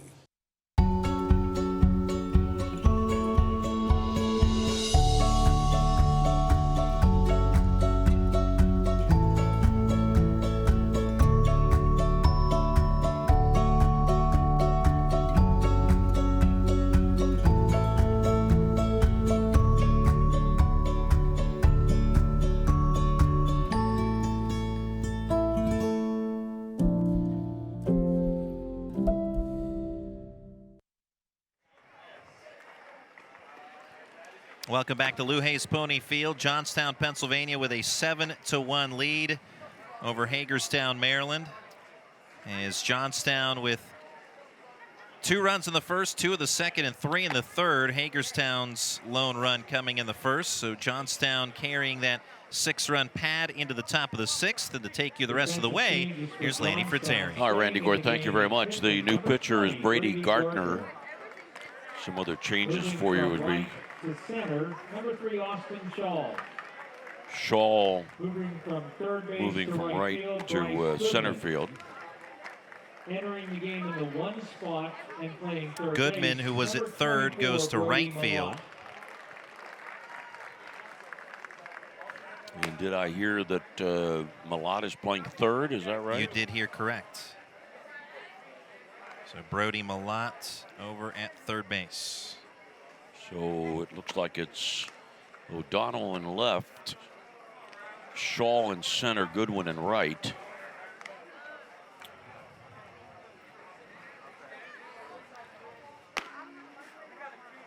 And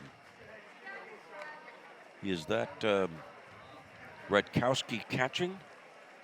Had he been in the game before, Randy?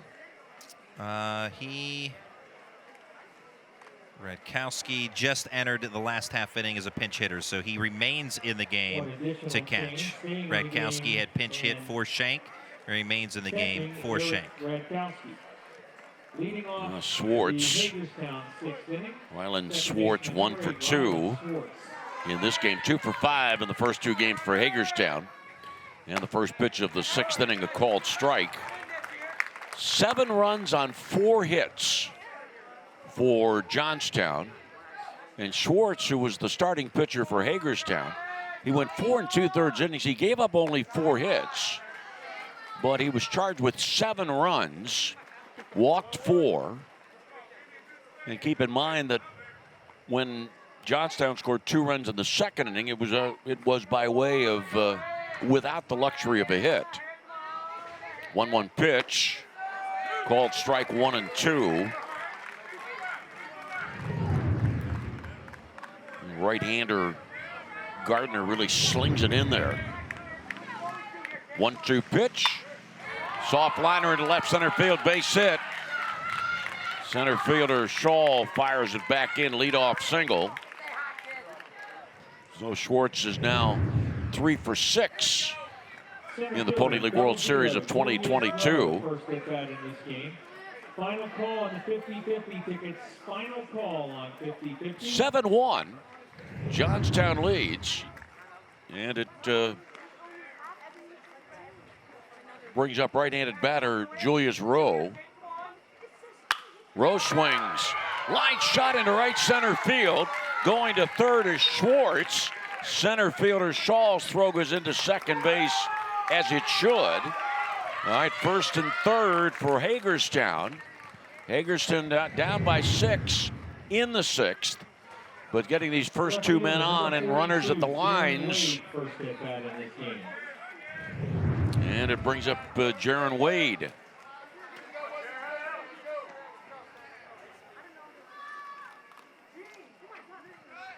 Runner at first going, Rowe sliding in safely, totally ignored.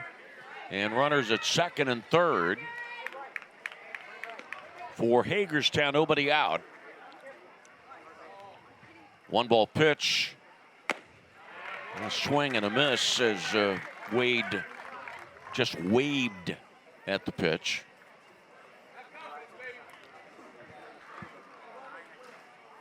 Gardner's 1-1 delivery. Foul ball off to the right, not a play. Jaron Wade. Musical instrument, he's a percussionist. Young man from Clear Spring, Maryland. Ground ball to third. Malott can't handle it. Shortstop Manzi got to the ball, but had no play, and so scoring from third on the play is Schwartz. Going to third is Rowe. And Wade safe at first.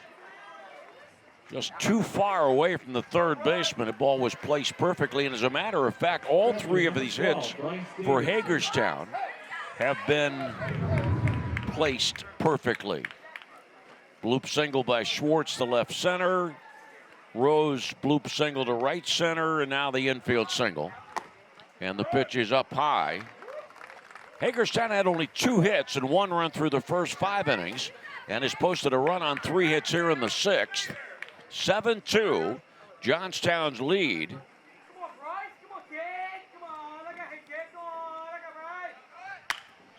Ground ball to third. Malott's going to take the out at first, as he should. Scoring is Rowe from third. And Wade advances to second, and now it is a 7-3 advantage for Johnstown. No reason to get fancy. You've got the lead. Take the easy out. Take the sure out. Doesn't matter whether you win by 2 or 3 or 4. J.J. Hall, 0 for 2 in the game, right-handed batter, and takes a called strike.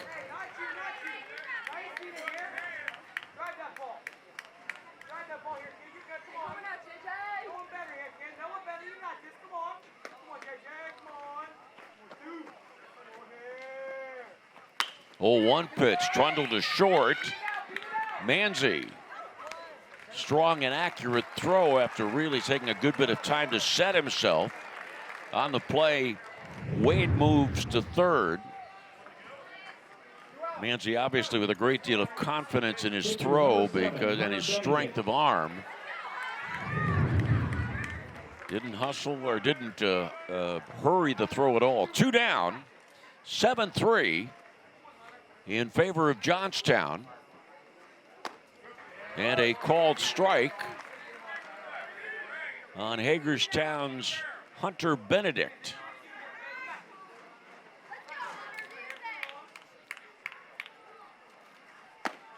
Next pitch from Gardner is a ball, 1-1. 5th game of the tournament. We'll have at least 17 games, could be 19. 1-1 pitch.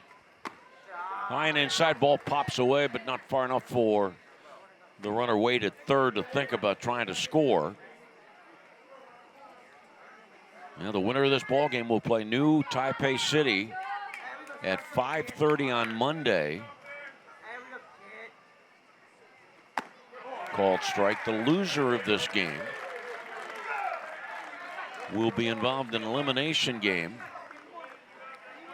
on Monday at 10 against either Bay County, Michigan or Guaynabo, Puerto Rico.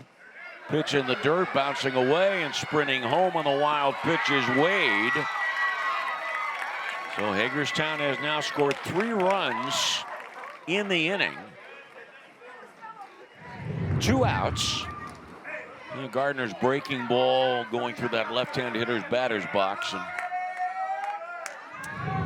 not much Radkowski could do about it.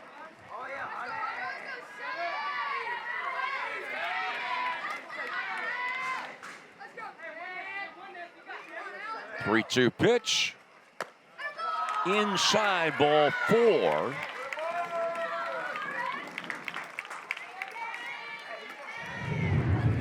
Hagerstown players and their fans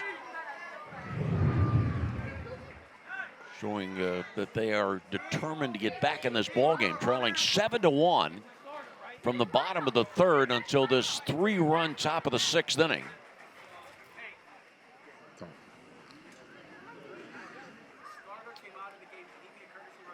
And Jeff Rabel Sr. is going to check with the competition committee, which is sequestered in the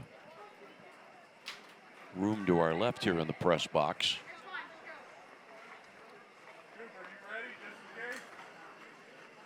If I heard correctly, it was if a starter comes out of the game, can they re-enter as a courtesy runner? And that has been given the thumbs down.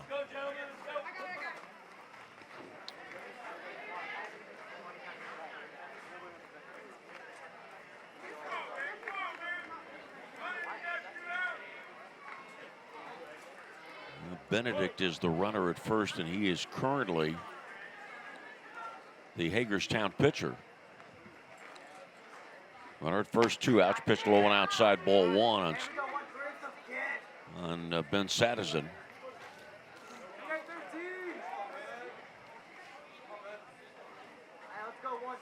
Seven 4.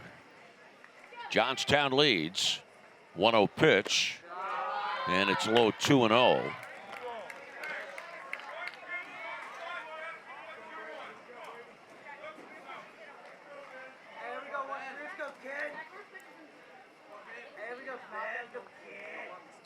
Gardner coming on in this 6th inning, and he's given up 3 runs on 3 hits. Irons worked innings 3, 4, and 5, 3 scoreless inning. Ball got away, but backed up. Irons 3 scoreless innings and gave up only 1 hit and struck out 3. Brock Bryson was the starter for Johnstown, pitched 2 innings, gave up 1 run. Benedict at first. Pitch high and inside to make it 3-0. Top of the 6th inning at the Dick's Sporting Goods 2022 Pony League World Series. 3-0 pitch. Ball 4. 7 Hagerstown batters in the 6th inning. 3 hits. Couple of ground outs, back-to-back walks. Third baseman, number 26, Jackson Reiser. And now Jackson Reiser to bat. And Reiser takes ball 1. Well, you get in a 7-1 ball game. You're hoping to close it out as quickly as possible, save your pitching staff for future days. Ball fouled away, and here it is, Gardner. Pitching in this inning, he has thrown 24 pitches.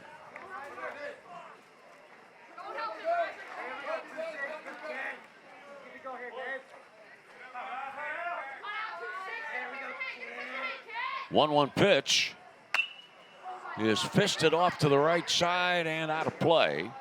1 ball, 2 strikes. Reiser. Oh, thank you very much. And give 1 back. Reiser from Hedgesville High School in Martinsburg, West Virginia.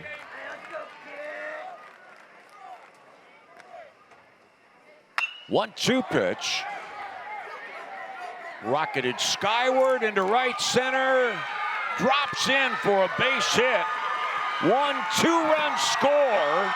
Now a 7-5 ball game, and the throw in ends up going back to the screen.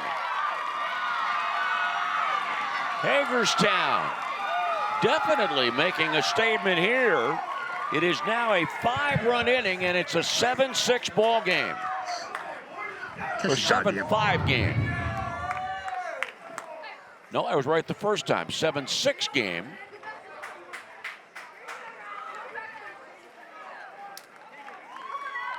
A diving try out at center by Austin Shaw, just narrowly missing that on the bloop base hit, and then a throwing error that allowed the runner to second base as well on that play, Sadison. But this inning has unraveled big time on Johnstown, and they made all the right moves. You talked about landing and throwing, you know, particular play where there's a ground ball to third. Rather than try to challenge it home, you get the shore out at first base.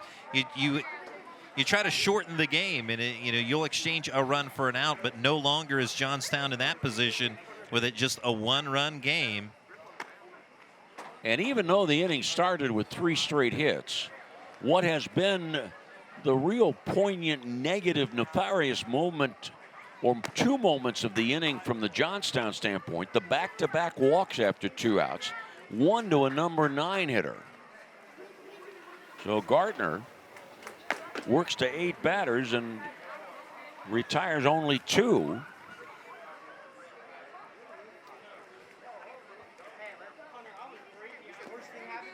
And so new pitcher will enter by necessity in this case, and it's now Brennan Lohr who will take over for Brady Gardner. Gardner giving up in 2/3 of an inning, 4 hits, walked 2, and has been charged with 5 runs.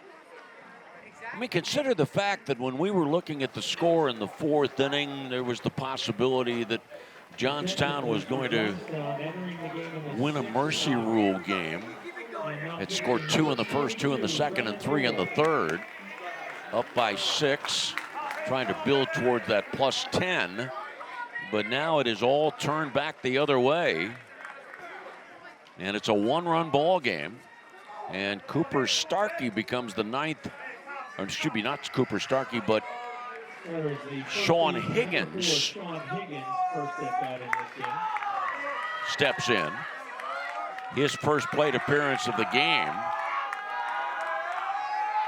And Lohr inside ball 1.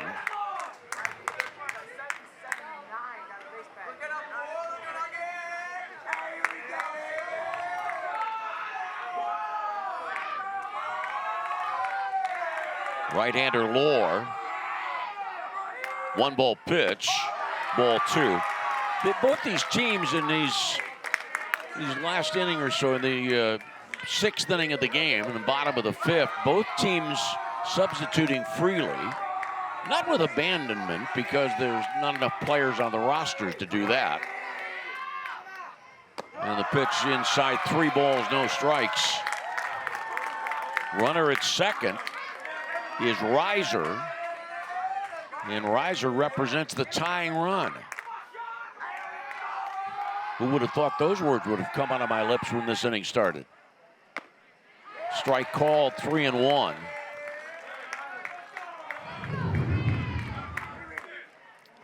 Perfectly placed. Bob, Reiser, single or double? Okay, that's right, there was an error involved there. A throwing error that allowed Reiser to move up. Ground ball up the middle. Into center field, base hit. Reiser around third. The throw to the plate is not in time. The throw got there ahead of the runner, but catcher Radkowski caught the ball in front of home plate, and the runner, Reiser, came in by the bathroom window. He came in through the back door and ties the game at 7. Bouncer between second base and the shortstop, the diving shortstop, and the heave home Catcher out in front of the plate, and by the way, diving for the runner who was sliding head first, diving for the runner who was indeed doing what he needed to do, and that is reach to the point of the Pentagon. 7-7. The call, as you might expect, was argued by Johnstown manager Bugsy Roberts, but outstanding play at the plate and effort by Jackson Reiser to evade the tag. Here's another great look at it. Diving try by the catcher, Redkowski, but he never gets the glove on him. And he touches, that being Reiser, the backside of home plate to tie the game in dramatic fashion. What an inning here in the 6th.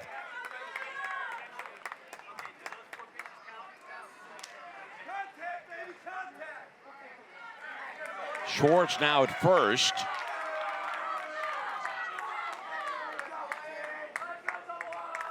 .00, Julius Rowe.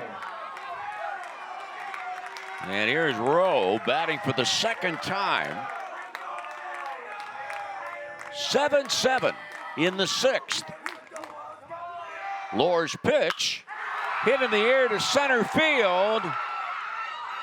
Diving attempt, catch made by Shaw, and the inning comes to a dramatic close. But Hagerstown scores 6 runs in the top of the 6th inning.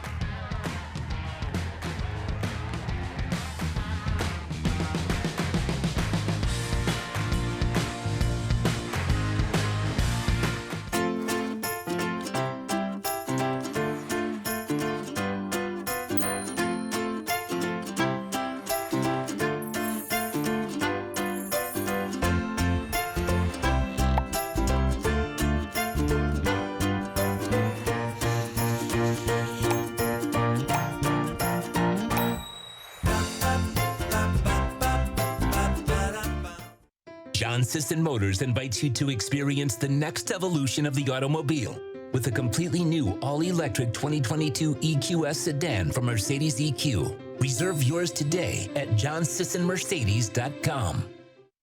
Now is a great time to take home a new Nissan from John Sisson Nissan. We have a great selection of new Nissans to choose from, like a 2022 Nissan Rogue or a 2022 Nissan Altima. At John Sisson Nissan, every customer is a VIP. Discover for yourself today. At Pathways of Southwestern Pennsylvania, we believe that every life has potential, and we're dedicated to fulfilling it. Our programs give every child the opportunity to overcome obstacles, achieve milestones, and reach their fullest early learning potential.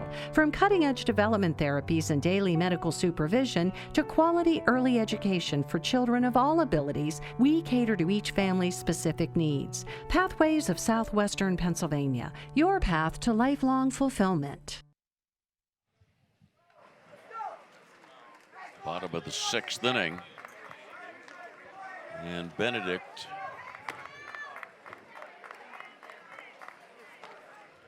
he worked a third of an inning in the 5th inning.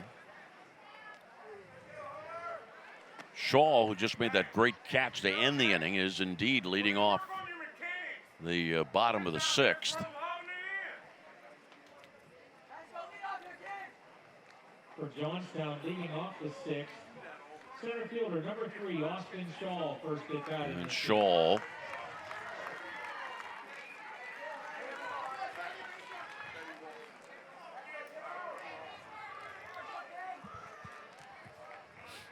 Austin is a golfer from Indiana, Pennsylvania. His dad is the police chief of Indiana, PA, Justin. Ground ball up the middle, and getting in front of it is Schwartz. His throw to first base, and Shaw is one out in the first out of the 6th inning. And LaRocco. For Johnstown re-entering the game, number 5, Dante LaRocco. LaRocco re-entering.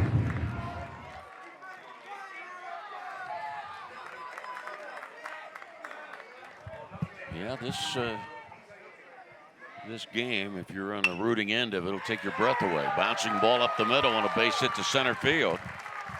And LaRocco has his second hit of the game. Number 11, Charlie Manzi. Right back over the rubber and just to the left of second base, that batted ball. Charlie Manzi doubled in a run in the first, picked up an RBI with a fly out in the second, officially 1 for 2 in the game. And a pitch to him, Manzi takes the strike. 7-7 in the bottom of the sixth of what is scheduled to be a 7-inning ball game. You throw to first base back safely is LaRocco.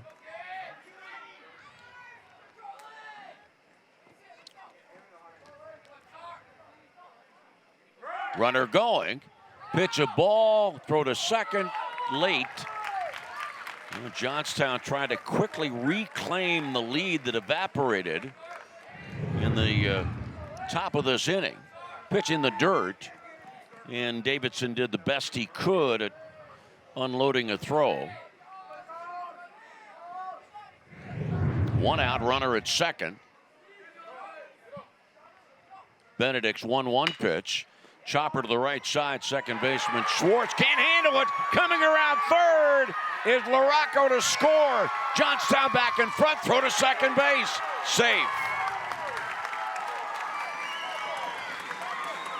Looked like it would be the second out of the inning, but instead it turns out to be a go-ahead run for Johnstown off the glove of the second sacker. Fourth error of the game for Hagerstown. No RBI there. And just like that, it becomes a last call 7th inning for Hagerstown.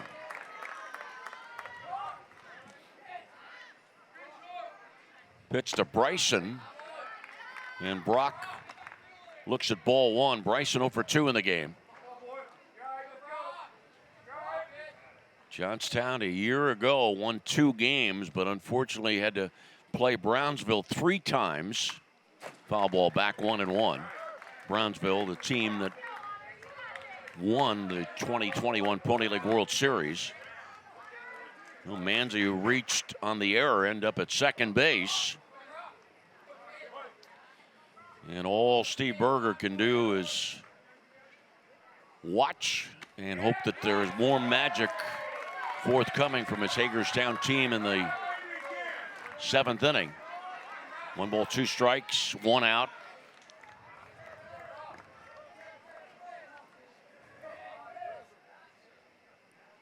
Benedict's 1-2 pitch is high.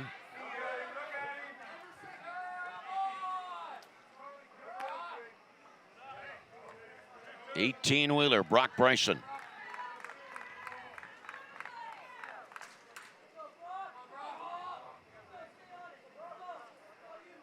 Two pitch.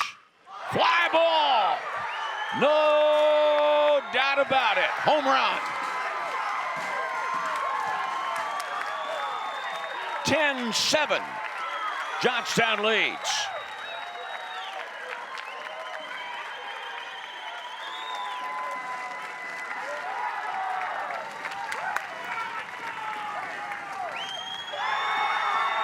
Brock Bryson, 2-run home run. For Johnstown, please. A big jolt by the big man, Brock Bryson, as he delivers a huge shot over the left field fence for now a 3-run lead. And that's why, as you often say, there's no momentum in baseball, because if there were, Hagerstown had it all, but it is stolen away in a hurry by Johnstown with his 3-run bottom of the 6th.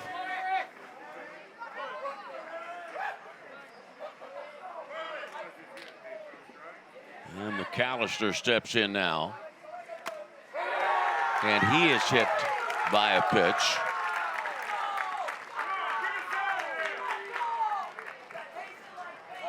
Number 50, Bryce Goodman.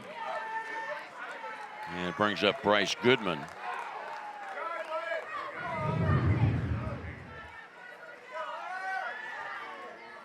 7-1 Johnstown from the third until Hagerstown scored 6 in the sixth.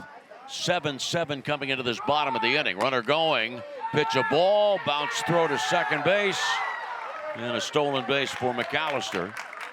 But here Johnstown, after 1 out, got the base hit by LaRocco. Stolen base. And LaRocco scored on the E4. And Manzi was positioned perfectly on the bases to watch the rocket shot by Brock Bryson.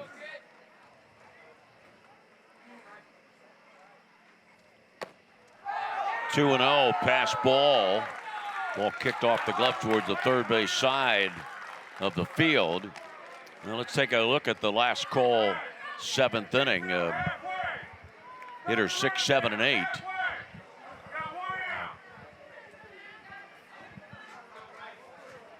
What was the question, Randy? Whether wild pitch or pass ball. No, it was a pass ball. Pass ball.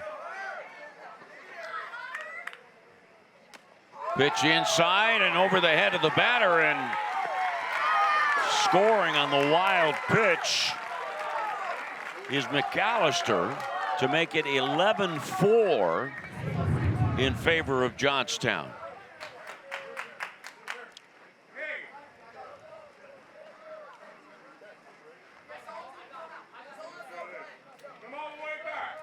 McAllister hit by a pitch, stole a base, went to third on a pass ball, scored on a wild pitch. There's 1 out.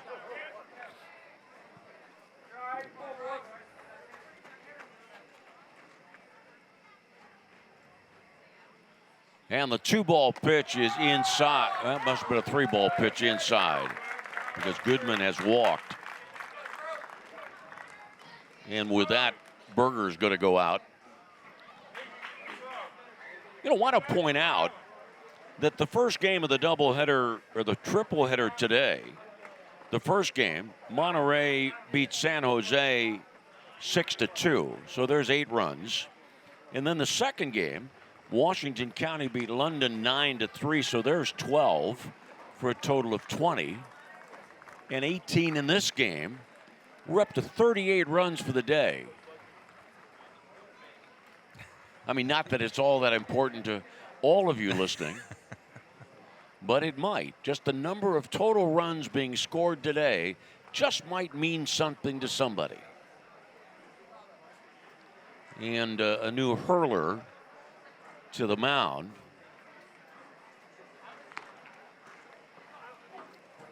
This will be Sean Higgins. So from first base to the pitcher's mound for Higgins.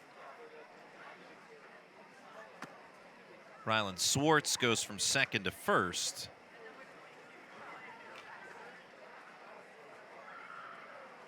You're pretty certain of that, aren't you? Because of the Yeah, hair, that's right? exactly. I Because don't of even the need hair, to see right? the number. Benedict gets second base.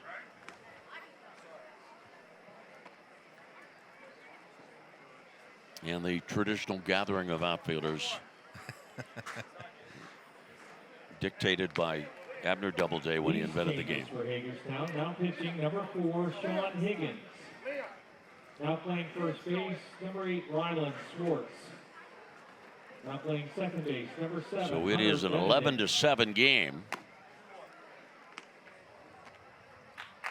10 runs have been scored in this inning alone.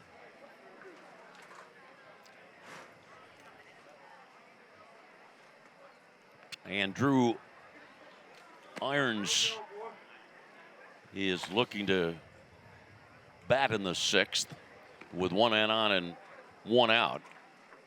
I want to tip our caps to this umpiring crew that has been working these 2 days, and to Jeff Rabel and Jeff Tachillis, Dave Smoko, and Ray Parker. They do a fabulous job. I've gotten over the years to have the pleasure of spending a good bit of time with them and developing friendships with all of these individuals, and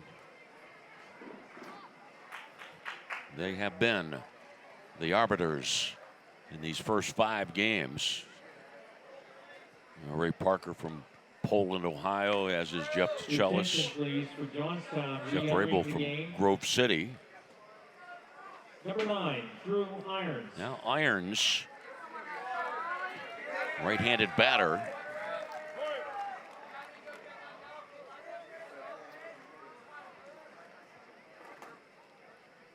And Irons takes ball 1. Drew from the Tyrone area.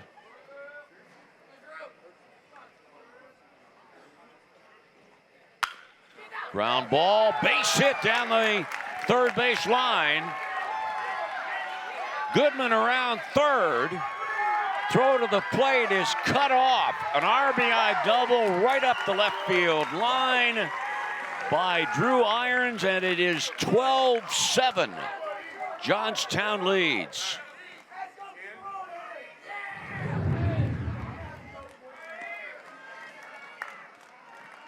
Deep into the corner, and by the time that Wade got there, Bryce Goodman able to put the hammer down and score. And now it is Ethan Shank to bat and takes ball 1.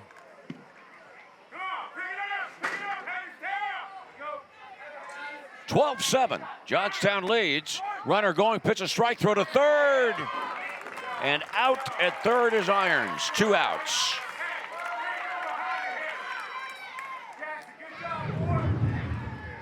Makes sense. Have the lead, let's be aggressive, try to get the runner to third to be there with 1 out.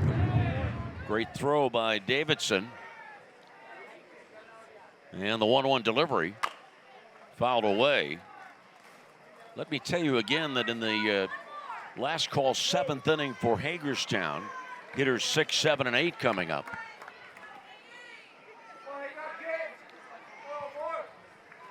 What a turn of events after Hagerstown worked to tie the game with a 6-run top of the 6th. Another pitch inside hit batsman. So a 6-run Hagerstown 6th tied the game at 7. But Johnstown has scored 5 here. Hit batsman and Shank is on. And that'll bring up O'Donnell, who was 0 for 1 in the game. For Johnstown, Bugsy Roberts coaches first. He's the manager.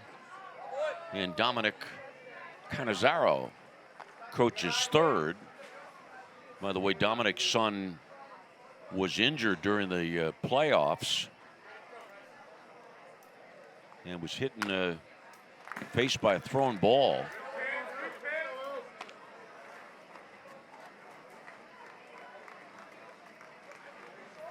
Strike 1.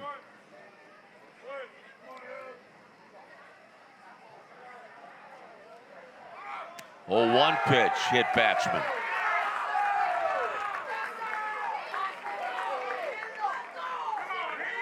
Now 2 men on. 12-7. Johnstown leads. And it'll be Shaw to step in for the 2nd time this inning. In the top of the inning, Hagerstown had 11 men come to the plate. And here's Shaw, the 10th batter of the bottom of the 6th.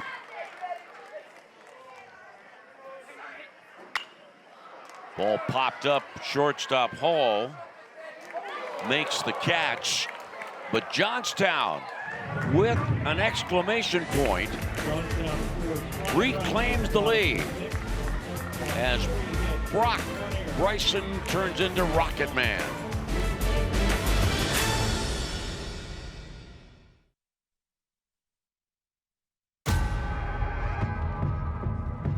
Oh yeah. Been waiting for this one.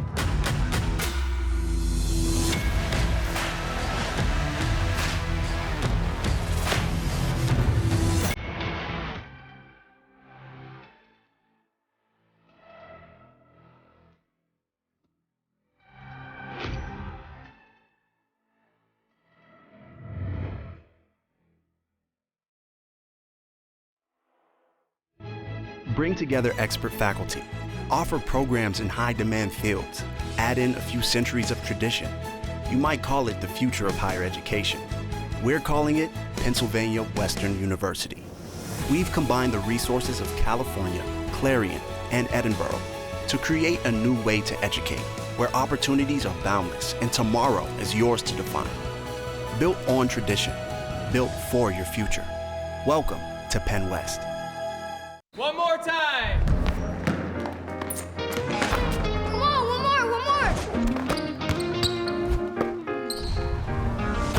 one more. One more. One more. Righty stance. Yeah! 2, 1. One more, man. Oh, man. All right, little bro.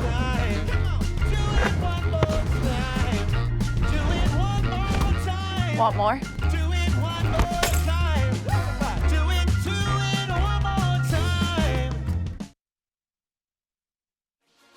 In the top of the sixth, down 7-1. Hagerstown, Maryland just refused to go away, chipping away, getting an easy run by way of a ground out. And then with a great deal of pixie dust, finding just the magical moment and the magical spots. And the top of the sixth turned into a 6-run inning. And Hagerstown went from down 7-1 to tie the game at 7. And even before all of the folks in Hagerstown could completely celebrate the comeback, Johnstown just that quickly put up a 5 spot. All right, so we've got players returning to their stations from earlier in the game. LaRocco in center now, where he was earlier. Shaw over in right field. Goodman at third. Irons at second base. Ethan Shank catching. And Shank back catching. Left, Austin Shaw in right. And it is Charlie Manzi on the mound. Had been playing shortstop. And the pitch, a called strike. Manzi is the son of Indiana County DA Bob Manzi. 0-1 pitch. Foul ball off to the right side, 0-2.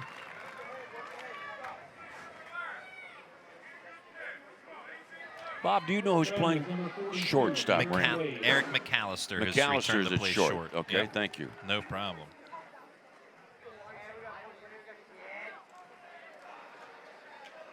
Oh, 2 pitch up high as Manzi slipped in delivering the pitch. Well, the Johnstown with a win would line up with a Monday 5:30 engagement with New Taipei City. Pitch a ball 2-2. And Hagerstown, if it loses, will be playing Monday at 10 o'clock in the morning. Swing and a miss, strike 3 on a pitch that was up and in. And so Wade is the first out of the inning. Number 12, Bryce Davidson. And now Bryce Davidson. Nobody on, one down. It's the top of the 7th inning, and Hagerstown down to its final 2 outs. This ball is blooped outside third, and third baseman Goodman couldn't hold on. He got the ball right there in the palm of his glove and was doing everything he could to squeeze it tightly, and then even reached out with his right hand at the last second to come up with out number 2.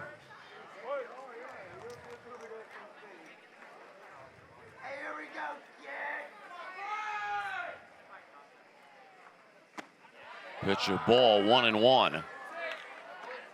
Hope you'll join us for our coverage or here at the ballpark at the Luhase Pony Field. 3 games tomorrow, 4 on Monday, 4 on Tuesday. Swing and a foul ball. It's 1 ball, 2 strikes. 1 out, nobody on. We will get started on Sunday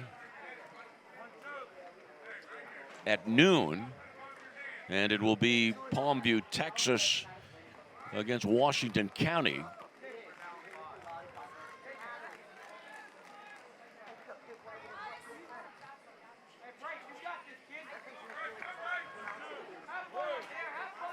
Davidson back in. And the windup by Manzi, the 1-2 pitch. Breaking ball outside and high.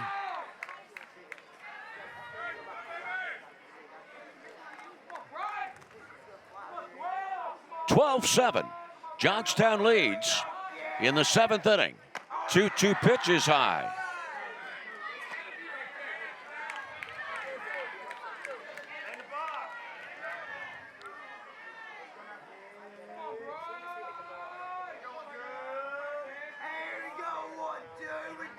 And Manzi's 3-2 pitch.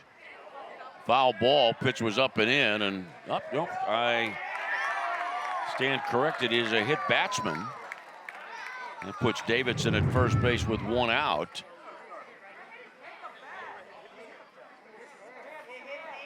And now some question about whether that was a foul ball or a hit batsman.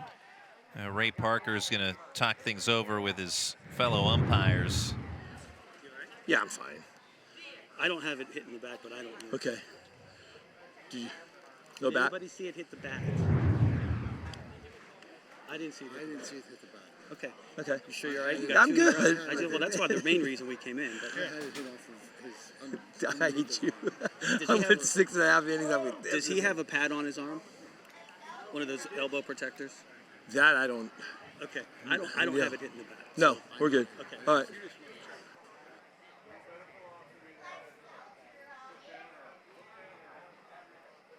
The umpires conferring. And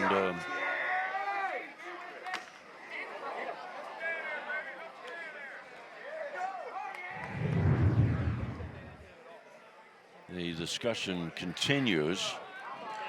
Yeah. Did it hit him? No, I don't. It did hit. Came and hit me. It didn't hit him. Right, it hit him for sure. Yeah. No, it did not hit the bat. We agreed. It never hit. None of it hit the bat. That would be 3-2. Yeah, 3-2. Bryce, come on back. Come on back. It's 3-2. Wait a minute. It was 2-2, then it's 3-2. Yeah. Well, it hit something. It's 3-2. Well, nobody's going to be happy with this ruling. One team wanting the foul ball.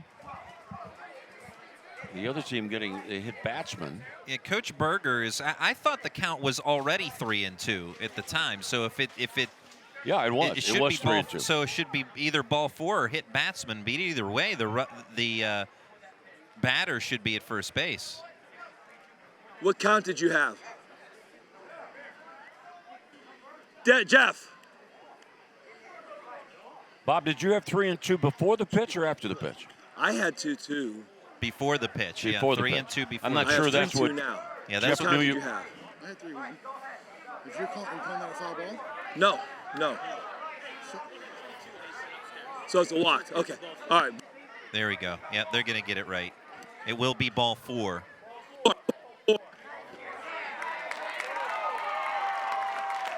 Huh.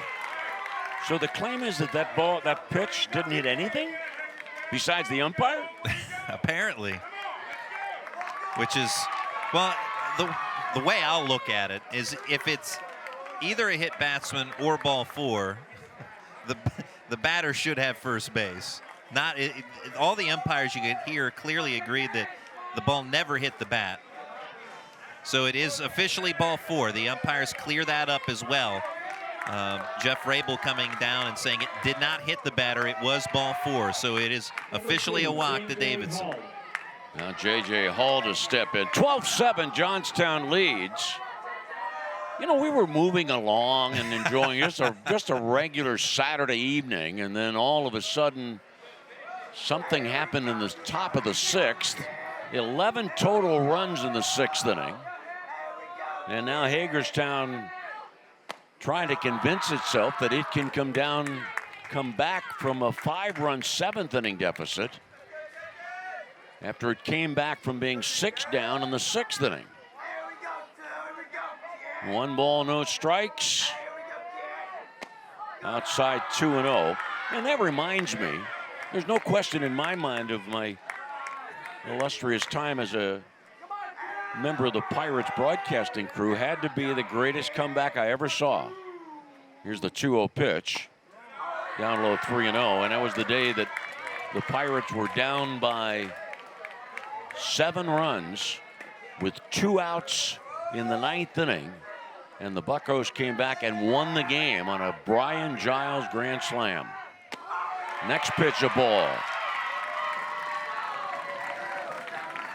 Well, remember, it was a couple of back-to-back walks in the 6th inning that caused a nefarious set of circumstances for Johnstown. Now back-to-back walks, 1 out in the 7th inning. And Benedict takes outside ball 1.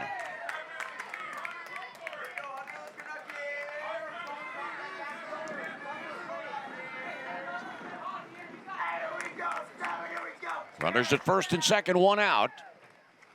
1-0 pitch, a called strike.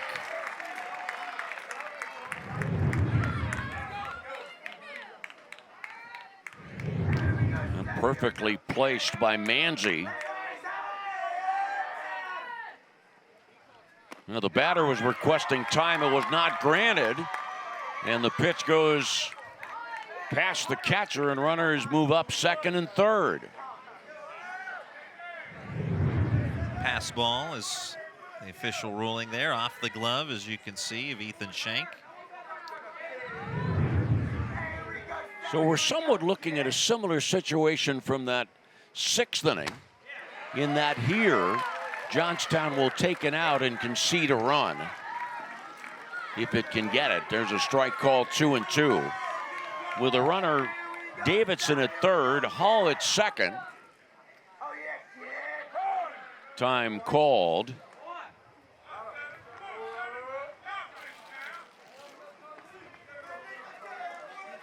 (12-7). Johnstown leads Hagerstown. 2-2 pitch inside.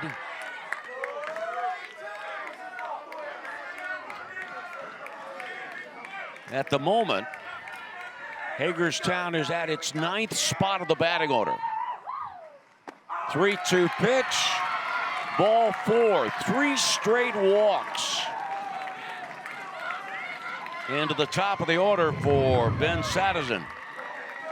Now, Johnstown pitchers from the 6th inning here into the 7th have retired only 4 of the last 14, make that 15 batters that have come to the plate. This Mike moment, so let's do something with it.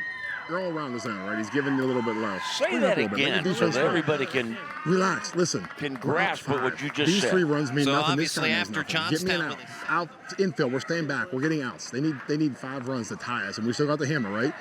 Get me an out. Hey, slow down, relax, throw strikes, let your team do work. Let's go. Come on, let's go.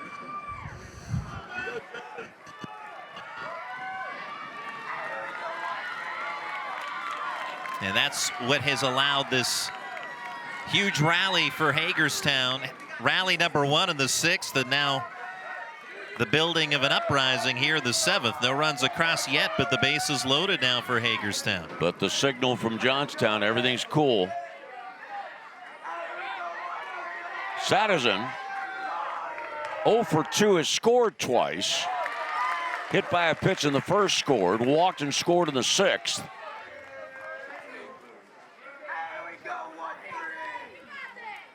And the 1 strike pitch is high and outside.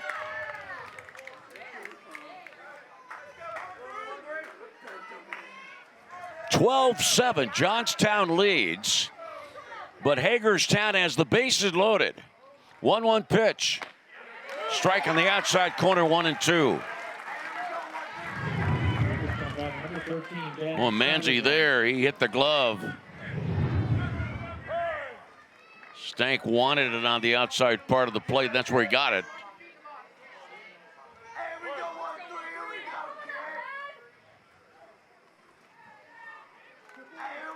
One-two pitch. Oh, outside and low, and backhanded by catcher Stank, that pitch in the dirt. And the count 2-2. And Manzi was overthrowing that pitch. Time called.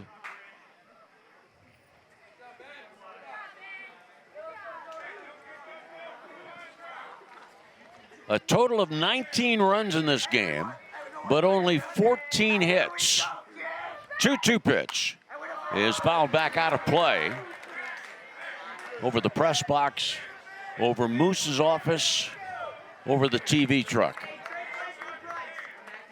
Combined 13 walks issued by both teams today. Well, you're just loaded with positive notes. 2-2 pitch, swing and a foul back. I'm just telling the story. Yes, indeed. Randy Gore, a combination of Paul Harvey and Howard Cosell wrapped up into one.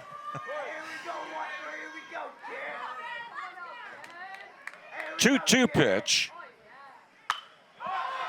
Popped up, left field line. This is not going to be a routine play. Nope, ball drops in right there. In shallow left field down the left field line.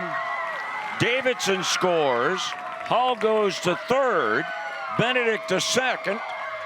Satterson gets a base hit on a ball that was high and not very deep. Shortstop McAllister tried to make a catch on it. Now it is a 12-8 game.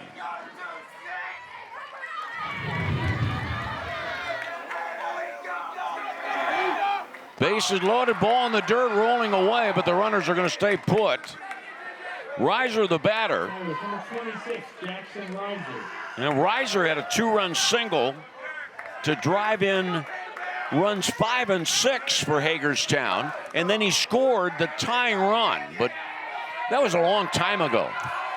1-0 pitch, and it's fouled away. 1 ball, 1 strike. That was probably in a different lifetime than Reiser. We were tied at 7, and then Johnstown scored 5 in the bottom of the 6th inning, made it 12-7. And could we possibly have a routine top of the 7th? The answer, no. 1-1 pitch to Reiser, and it's up high. No, it's a called strike, 1-2. Sorry, Ray Parker, I got ahead of myself there.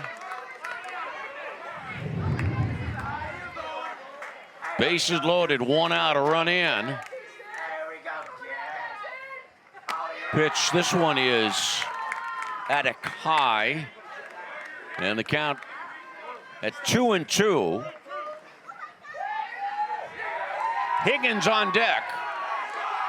2-2 pitch. Fly ball to right field.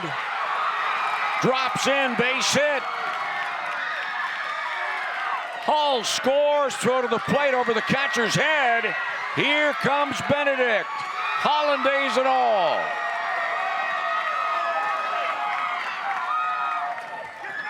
Two-run score.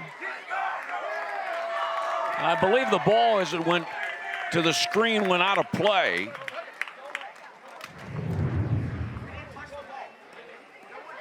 And now it is a 12-10 game. Past second base, so he's going to score. Okay. Right. Nobody on their team touched it, right?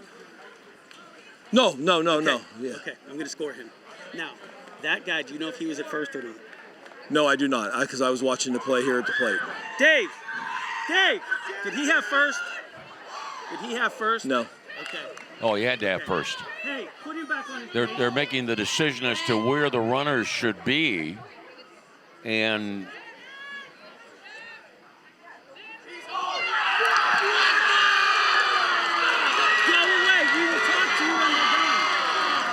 Wait a minute here. We'll talk to you when we're done.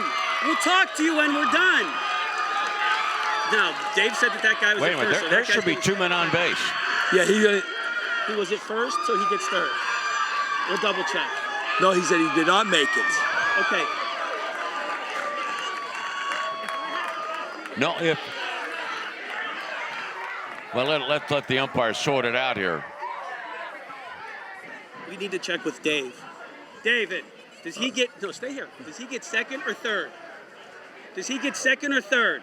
Does he get second or third? Because the ball went out of He play. says, come here. He can't walk. It Second is or third? Just tell me. +1, depending Second on or where third? the runner is at the Second, time of the second. throw. Right. You go back. Hey, you go back to second. That is Reiser. Ball went Reiser was the batter. into the dugout. It went on the cement. Back out. Okay. No, the catcher grabbed it on the cement. Okay. Because it hit the mat and it hit the mat and rolled in. All right, go ahead, Joe. Okay. The ball hit the mat, rolled into the dugout on the cement. Your catcher grabbed it on the cement. He picked up in front of Dick's Sporting Goods sign. No, he did not. Because I watched where he picked it up. It was on the cement. The ball went out of play. It's past that line is the out of play line. So it went in there. If it bounced around and kicked out, it was on the out of bounds, out of play area. So it's out of play. All right. We're good. Let's go. Well, the umpires have ruled that Sadison can score, and Sadison represents the 11th run. The ruling by the home plate umpire that the ball was out of play, and therefore the umpires need now to set the base runners and determine who scores by way of where the runners were when the ball went out of play. He said he already had the base. He had the base. That's it. It's over. Okay, let's go. The argument here is that Sadison would have had to have second base. He would have had to have been second base or further to be allowed to score. Now it's a 12-11 game. And there is one out. And Higgins. Manzi down low. If you've ever doubted that walks were noxious, if you've ever doubted that walks are just downright bad things, then look what happened in the 6th inning because of the back-to-back walks. And then look what happened here in the 7th inning. 3 consecutive walks. And Hagerstown has come back to within 1. Strike called, 2-1. 12-11. Manzi, 2-1 pitch. Foul ball back, 2-2. So the tying run at second base. And this outfield has got to be a little bit closer, in my opinion, to give themselves a chance should the ball be hit to the outfield to try to throw out the runner at the plate. Balk called.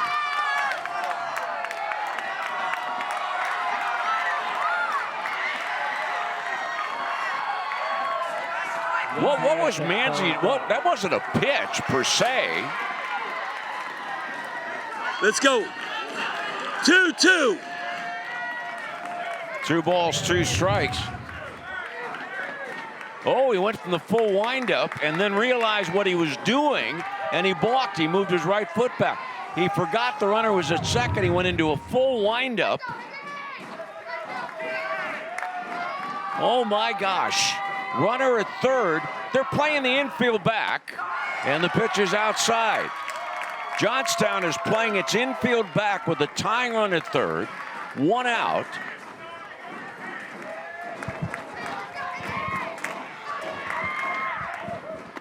Swing and a miss, 2 outs.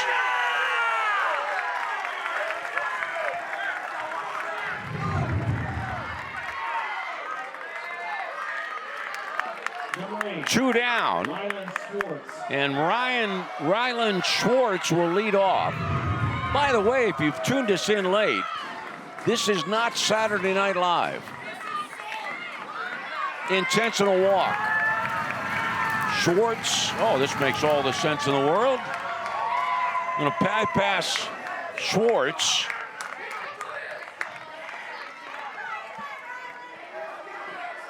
Now runners at first and third. And here's Rowe. Julius Rowe. That is double zero. 12-11. Johnstown clutching to the lead. I mean, clutching with such pressure that if you look carefully, you wonder if there's really blood in those hands. 12-11. Seventh inning. Shot to left field. Game tied at 12. Rowe drives in Reiser.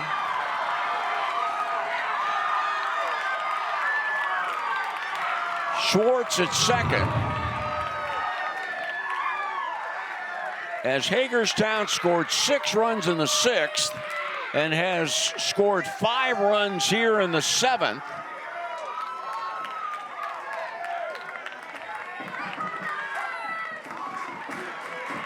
That is number 42, Darren Wade. And now Wade. And Wade takes ball 1. Wade started the inning and struck out. And then the 3 walks. Strike called 0-2. In case you're wondering, since we're tied at 12, Hagerstown has had 1 lead tonight, and that was way back about 9 o'clock, or maybe 8 o'clock. It was the top of the first when Hagerstown scored and took a 1-0 lead. But it was a short-lived lead because Johnstown scored 2 in the bottom of the first inning.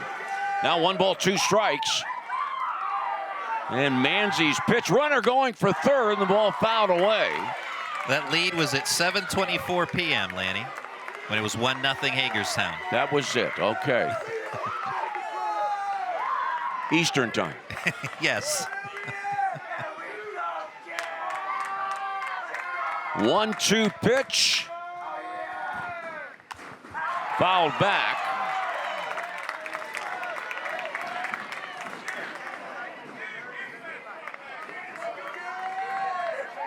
Johnstown led 7-1 from the bottom of the 3rd until the top of the 6th inning when Hagerstown scored 6 runs and the game was tied at 7.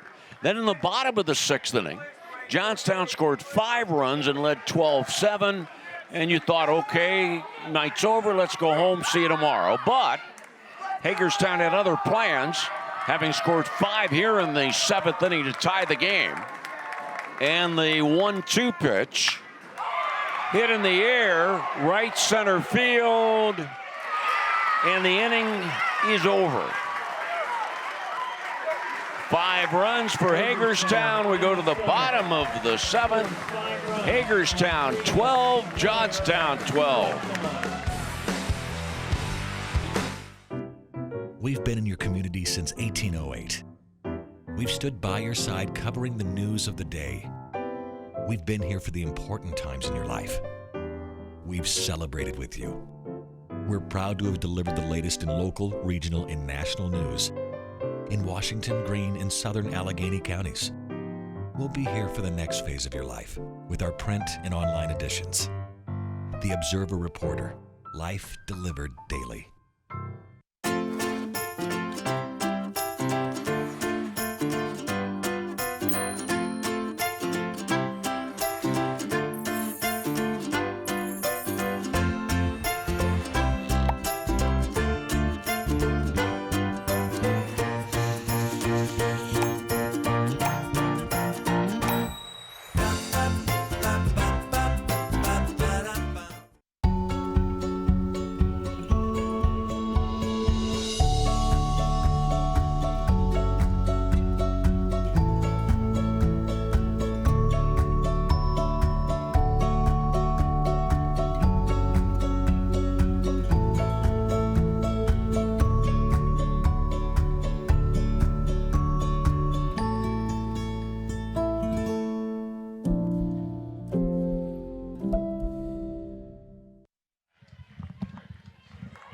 Bottom of the 7th. I guess it was most appropriate on television. There was a commercial that used the line for the answers to life's questions. Trying to find some answers here in the bottom of the 7th inning. And here we go, a 12-12 ball game, and Dante Laraco will step in. He has 2 hits in the game. And the pitch from Higgins, up high, ball 1.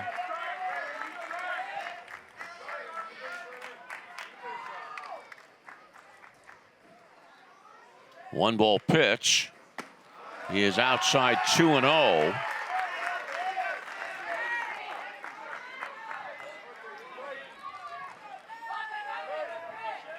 Higgins' next pitch, a called strike. 12 runs on 10 hits for Hagerstown. 12 runs, 7 hits for Johnstown. Fly ball the opposite way, right field line. And Sadison makes the catch at the line, 1 away.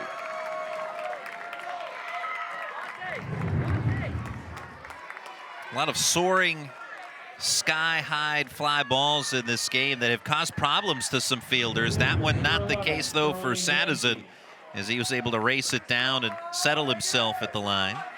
Charlie Manzi, 2 RBIs in the game. Ball 1.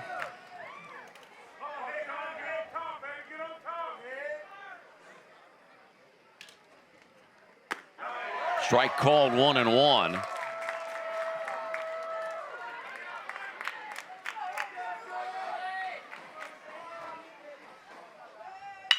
Ground ball, base hit between the second baseman and second base. 1 out single. Hit number 2 of the game for Manzi. And that'll bring up the big guy. Hit with authority by the right-handed batter.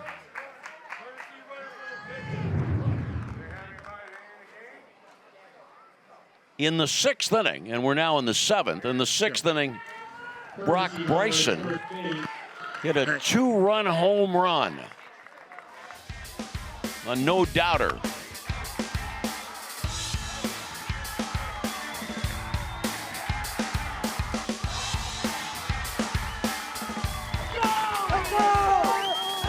Question here about who can play as we they're trying into the replay. They're trying to bring in Alex McCartney as a courtesy runner, but we already had this question answered earlier in the game by the Rules Committee when Hagerstown attempted this same thing, or wanted to attempt it. They actually never went through with the process because that was shut down. But McCartney's going to have to go back to the dugout because you are not permitted to bring a former starter into the game to be a courtesy runner, which, again, that's already been determined earlier in this contest. And remember, we're dealing with rosters that are typically 13 players. All right, now Bryson. And a balk. Yes, indeed.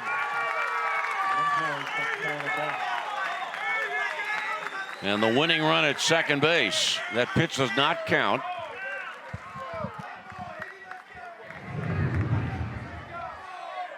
They're going to put Bryson on.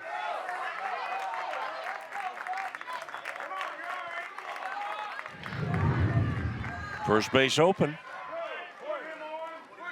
Yeah, there he comes. There you go. Put him on. The balk might have been just as much a favor than anything else to not have to face Bryson. Obviously, you have the runner in scoring position, so not that much of a favor. But nonetheless, once that runner moves to second, you're naturally going to intentionally walk Brock Bryson. And now McAllister. McAllister slaps one off to the right, not a play. We're in the bottom of the 7th inning. It's a 12-12 game. And for those of you that are from the Washington County area, you'll want to pick up the Observer Reporter and figure out how they write this one up. Swing and a foul back.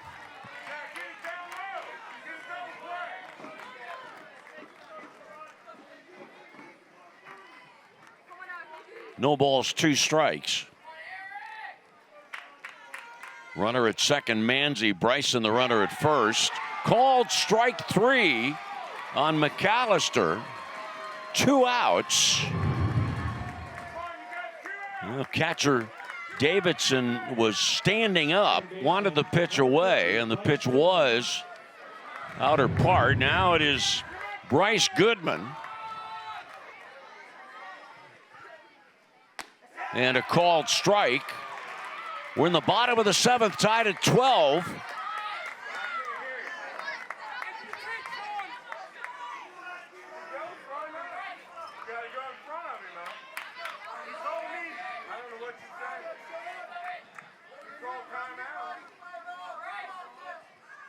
Higgins. Foul ball, 0-2. At the 2022 Dick's Sporting Goods Pony League World Series. Davidson's been having an ongoing conversation with his dugout and now goes to the dugout to find out what it is that the Brain Trust wants.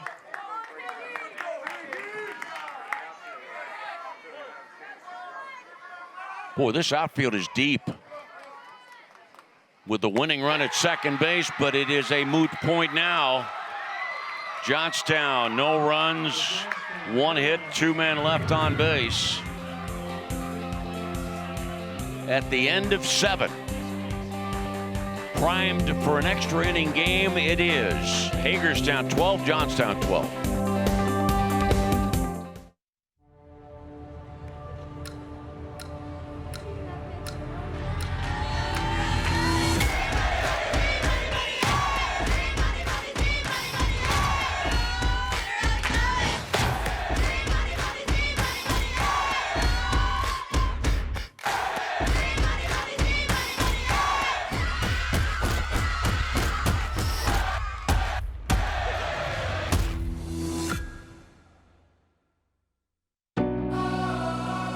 Jumpstart the season with a bit of fresh air. Whether you like to walk, run, hike, bike, or boat, you'll find that Washington County is connected by trails. Plan a day on one of the nation's outstanding rail trails with a trip on the Montour, Panhandle, or National Hike Trail. Grab a paddle and navigate the scenic Mon River and surrounding small-town charm. We'll see you at the trailhead. Plan your trip today at washcotrails.com.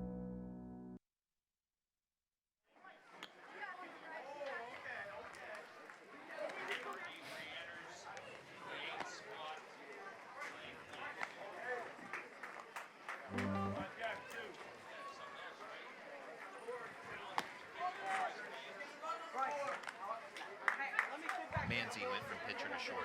They just split. And getting ready for the 8th inning, what we're going to do is Randy Gore will do innings 8 and 9. I'll do 9 and I'll tell you about that in a minute, but we're waiting to see if Hagerstown's got some more magic ready to deliver after coming up with a 6-run 6th inning and then coming back again down 12-7 to score 5 runs in the 7th inning. Whole mess of confusion as to what was going to transpire, who was going to be allowed to score. Okay, so Randy's going to do 8 and 9. I'll do 10 and 11. Randy will do 12 and 13. Go ahead, partner. All right, first pitch here, the top of the 8th is a strike to Bryce Davidson, as it is a 12-12 game. 0-1 pitch up above the head of Davidson. Davidson is 0 for 2 of this one. Couple of ground outs to third. One good for an RBI in the 6th inning. Also walked and scored in the 7th. 1-1 pitch, soft pop, right side of the infield. Running catch made by Brock Bryson from his first base position for the inning's first out. So Davidson retired. Sends up J.J. Hall, who's 0 for 3. He walked and scored in the 7th. Well, Hagerstown had an initial 1-0 lead in the top of the first. An RBI single by Brooks Norris. Johnstown, as the offering from McAllister is bounced up the middle for a base hit. J.J. Hall with the single. Actually, before I get to the game recap, we do have some changes for Johnstown. McAllister goes from short to the pitcher's mound. Charlie Manzi goes from pitcher to short, and Alex McCartney re-enters the game to play left field. So those are your defensive changes for Johnstown. But again, initially it was 1-0 Hagerstown. Johnstown then 2 runs in the first, 2 in the second, 3 in the third for a 7-1 lead, which evaporated thanks to a 6-run sixth for Hagerstown to tie the score at that point 7-7. Pitch inside to Hunter Benedict for a ball. Then Johnstown with a 5-run bottom of the 6th reclaimed the lead 12-7. A 5-run top of the 7th by Hagerstown erased that lead to make it 12-12, and that's where we stand now here at the top of the 8th. Hunter Benedict watching a strike.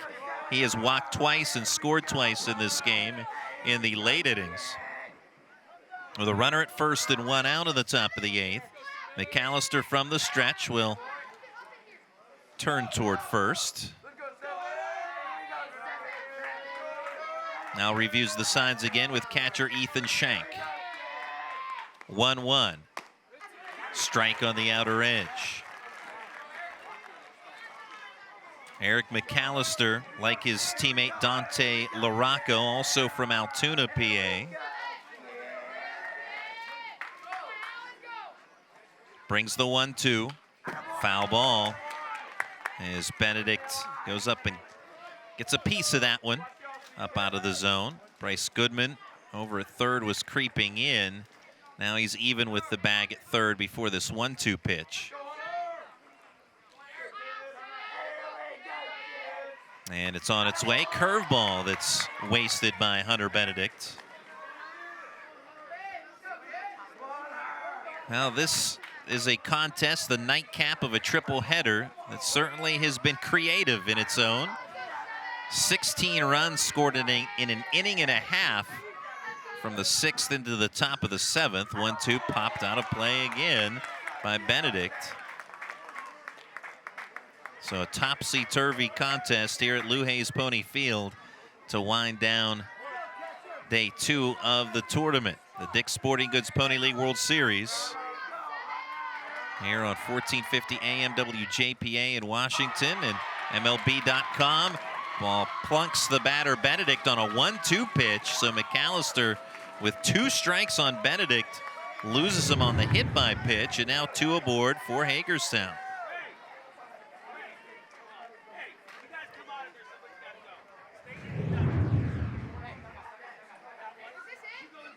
Third base umpire Jeff Rabel coming down to remind the Hagerstown dugout to stay in the dugout. As Ben Sadison steps into the batter's box.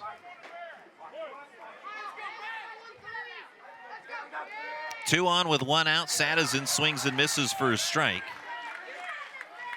Sadison 1 for 3 with 3 runs scored, an RBI and a walk today.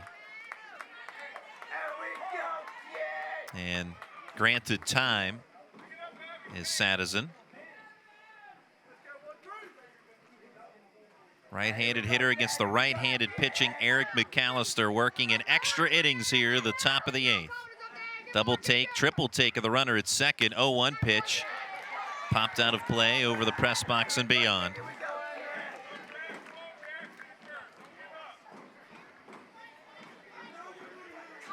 Hagerstown 12 runs on 11 hits, 4 errors. Johnstown 12 runs on 8 hits and 4 errors. Spinning off the rubber is McAllister to look the runner Hull back to second, who scrambles in that direction.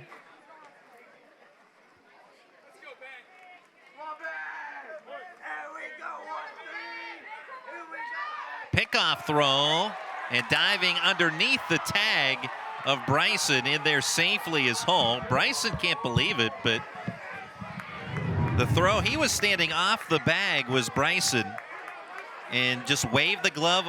He never touched him at any point. So Benedict did there safely.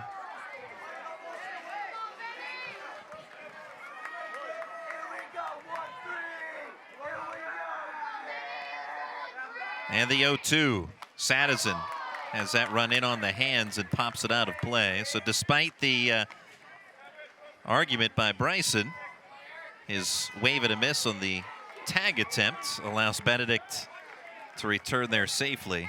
And runners at first and second, it remains with one away. Another 0-2 pitch up over the head of Sadison.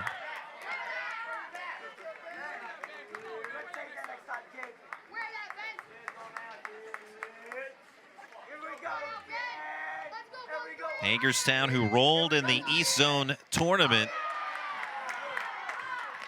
Pitch a ball, fastball up and away, 2-2. Not really tested in the East Zone Championship. A one-run victory last night for Hagerstown, and a wild contest here tonight, but a 2-2 breaking ball that drops in on the outside corner for McAllister for strike 3 and 2 outs. First strikeout in relief for McAllister.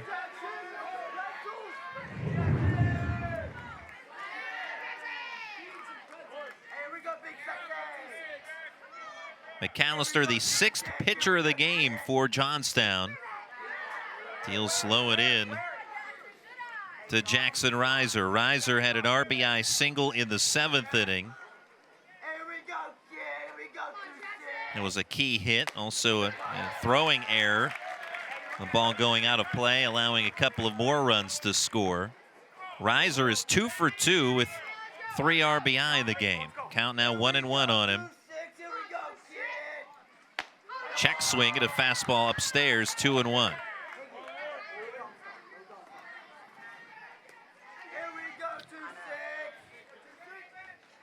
Sean Higgins waits on deck, hoping for a chance in the top of the 8th. 12-12 score, tie game in extra innings. Pitch outside to Reiser.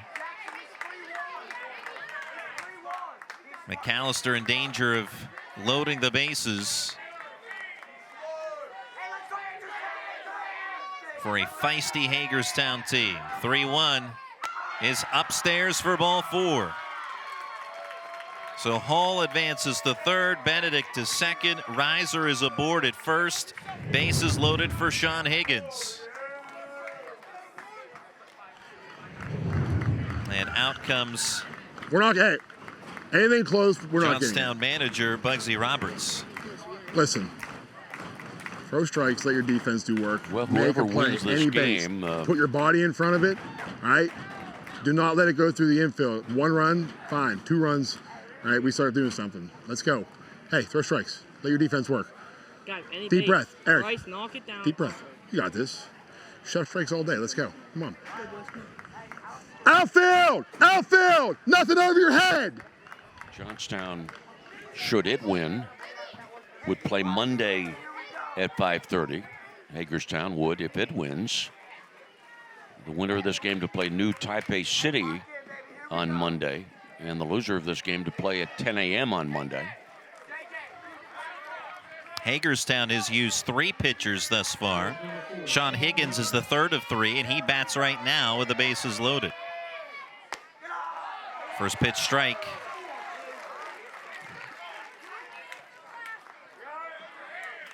And with pitch count rules and with 6 pitchers being used here by Johnstown in this game, it's a great point as to who will be left in the cupboard by the time you get to your next game and then beyond that, if you're so lucky. Right now, the concern is get out number 3. With the bases loaded, 2 away, line drive our way. Stoic, the press box, all members.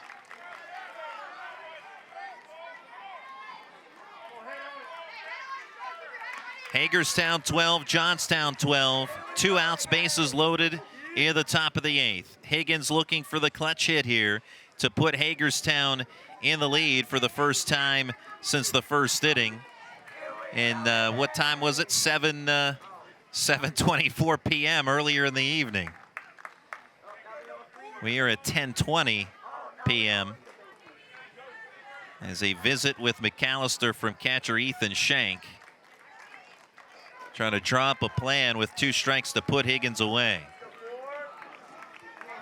Hall at third, Benedict at second, Reiser at first.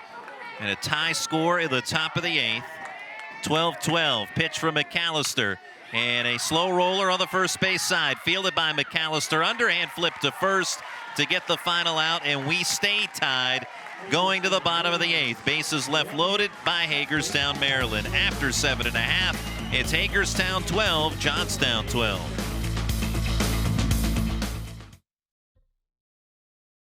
There's a place far from the city, yet just down the road, where likes and shares mean more.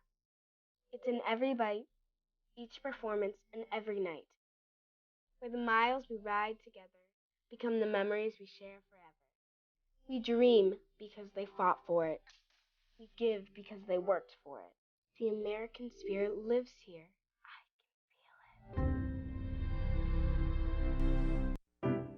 We've been in your community since 1808.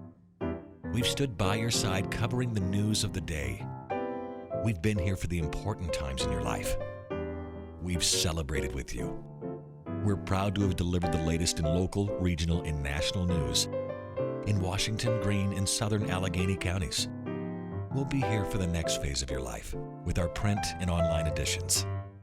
The Observer Reporter, life delivered daily.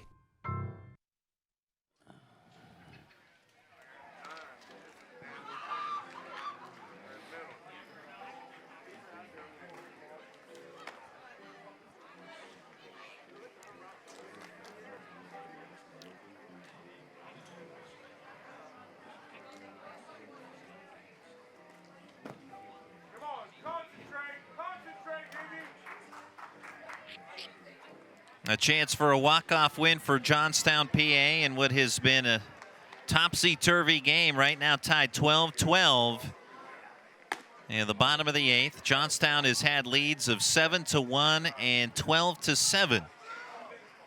But those disintegrating. But despite all that, Johnstown still has a chance here at the bottom of the 8th to leave this game victorious.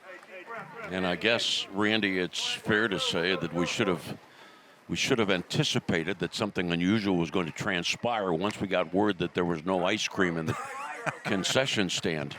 You know, the extra innings of any game is always a great time for ice cream, and it's too bad we don't have that as an option, unfortunately. But Kona Ice, again, if that counts. No, but I know disrespect for Kona Ice, but I know when you build up this expectation that when you turn the play-by-play over to Randy Gore, you're going to go get an ice cream sandwich, right? And then, but we'll get it fixed, and all will be right with the world again come Sunday if we ever get there. Drew Irons leads off for Johnstown. Line shot up the middle and into center field for a base hit. Not sure if that caught Higgins or not on its way through. Looks like it did. And so a base hit on a lace shot by Irons to set the table here for Johnstown. That will be number 34, Ethan Shank. Winning number in the 50. Am I right that Irons has been on base now 4 times? You are correct. 2 walks, an RBI double in the 6th, and now a single. This game has featured 16 walks between the two teams combined. Runner takes off from first, throw to second, not in time, and it's a stolen base for Drew Irons. Pitch was a ball to Ethan Shank. And now what happens here? Do you bunt Shank after the stolen base? And the runner Irons moving up. Do you bunt here to put the winning run at third, force the opposition to play the infield in and the outfield in? And now some question about Irons and whether his right ankle, right knee, right foot, as he awkwardly went into second base standing up. You're far better off to just go in with the slide than to get caught in between slide or standing up. Yeah, it looked like he hyperextended that right knee, being caught in between on that. Now keep in mind that Shank is the number 7 hitter. So you're at the bottom of the Johnstown batting order. A big Lee dancing off of second. Irons and then scrambles back to second as the pitcher Higgins pump fakes in that direction. 1-0 up and in to Ethan Shank. You know, Shank's got the advantage in the count now in his quest to drive in the winning run. 2-0. Shank skies it down the left field line. Will it stay in play? It will, but falls in foul territory on the warning track for a strike.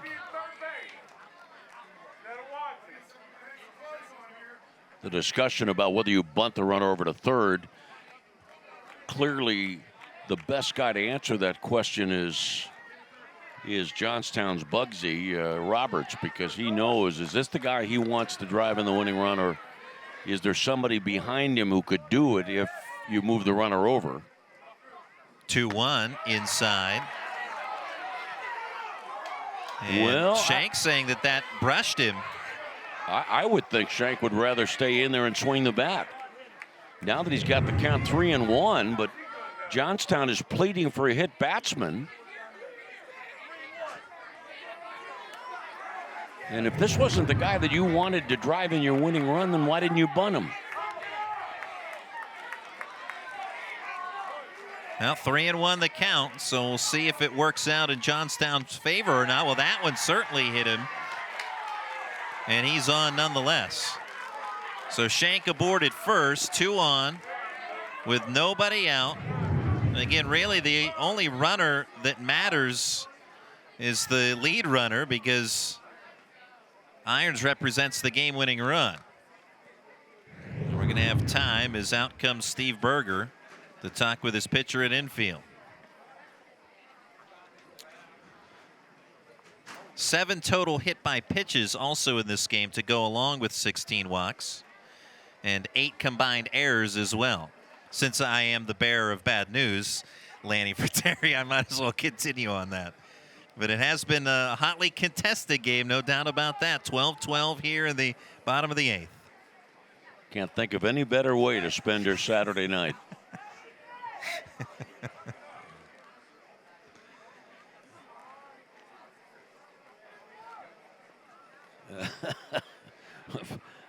A smile on the face of home plate umpire Ray Parker as he was walking off side by side with Steve Berger. All right, now let's see if the bunt is in order here. You've got the number 8 hitter, McCartney, standing in. And then the number 9 spot. Third baseman Reiser playing back. McCartney squares the bunt, but bunts it back to the screen. See, I think if you're going to bunt in that situation, just square around right away. Get yourself in a good bunting stance rather than try to surprise them at the last second. If that's your intent to move the runner over, do that. McCartney has walked twice of this game, scoring a run. This time, bunt is laid down foul on the first base side. So falling behind 0-2, 2 failed bunt attempts here for McCartney. And we'll see, and I say this because of the situation, even with 2 strikes, do you still bunt or swing away? We've seen managers before keep the bunt on even with 2 strikes. Not the likeliest of scenarios, but it does happen occasionally, swinging away. Well, nope, that's taken for strike 3.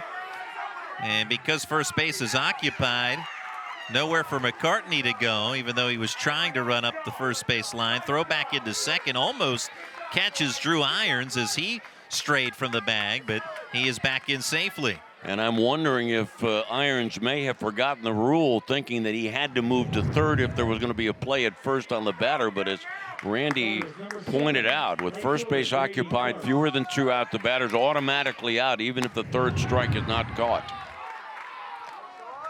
Pitch to Grady Clark is a ball. Clark 0 for 4.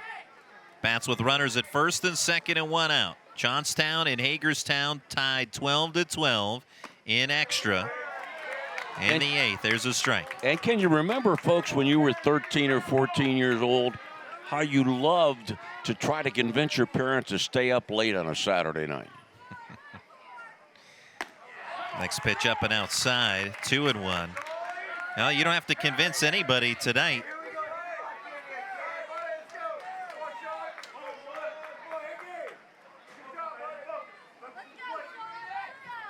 Two-one. Downstairs, 3-1. Higgins in danger of loading him up. Grady Clark, the number 9 hitter in the batting order. Dante LaRocco waits on deck for Johnstown. 3-1. Fly ball on a line to right field. It gets by Sadison and will roll all the way to the fence. Rounding third. Here comes Irons. He will score, and Johnstown wins it in extra, 13-12.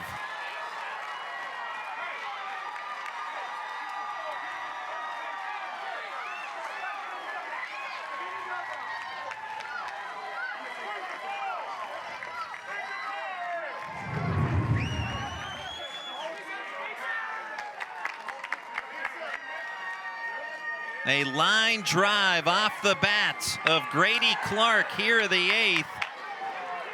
And the RBI base hit to win it, scoring Drew Irons from second. And the celebration is on for Johnstown. Despite 2 valiant comebacks by Hagerstown, Johnstown prevails 13-12 in the 8th inning.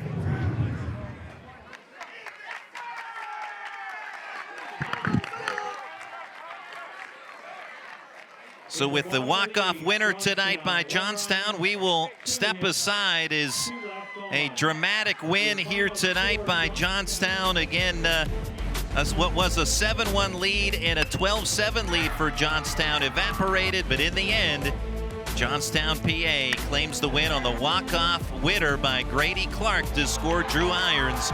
13-12, your final in 8 innings.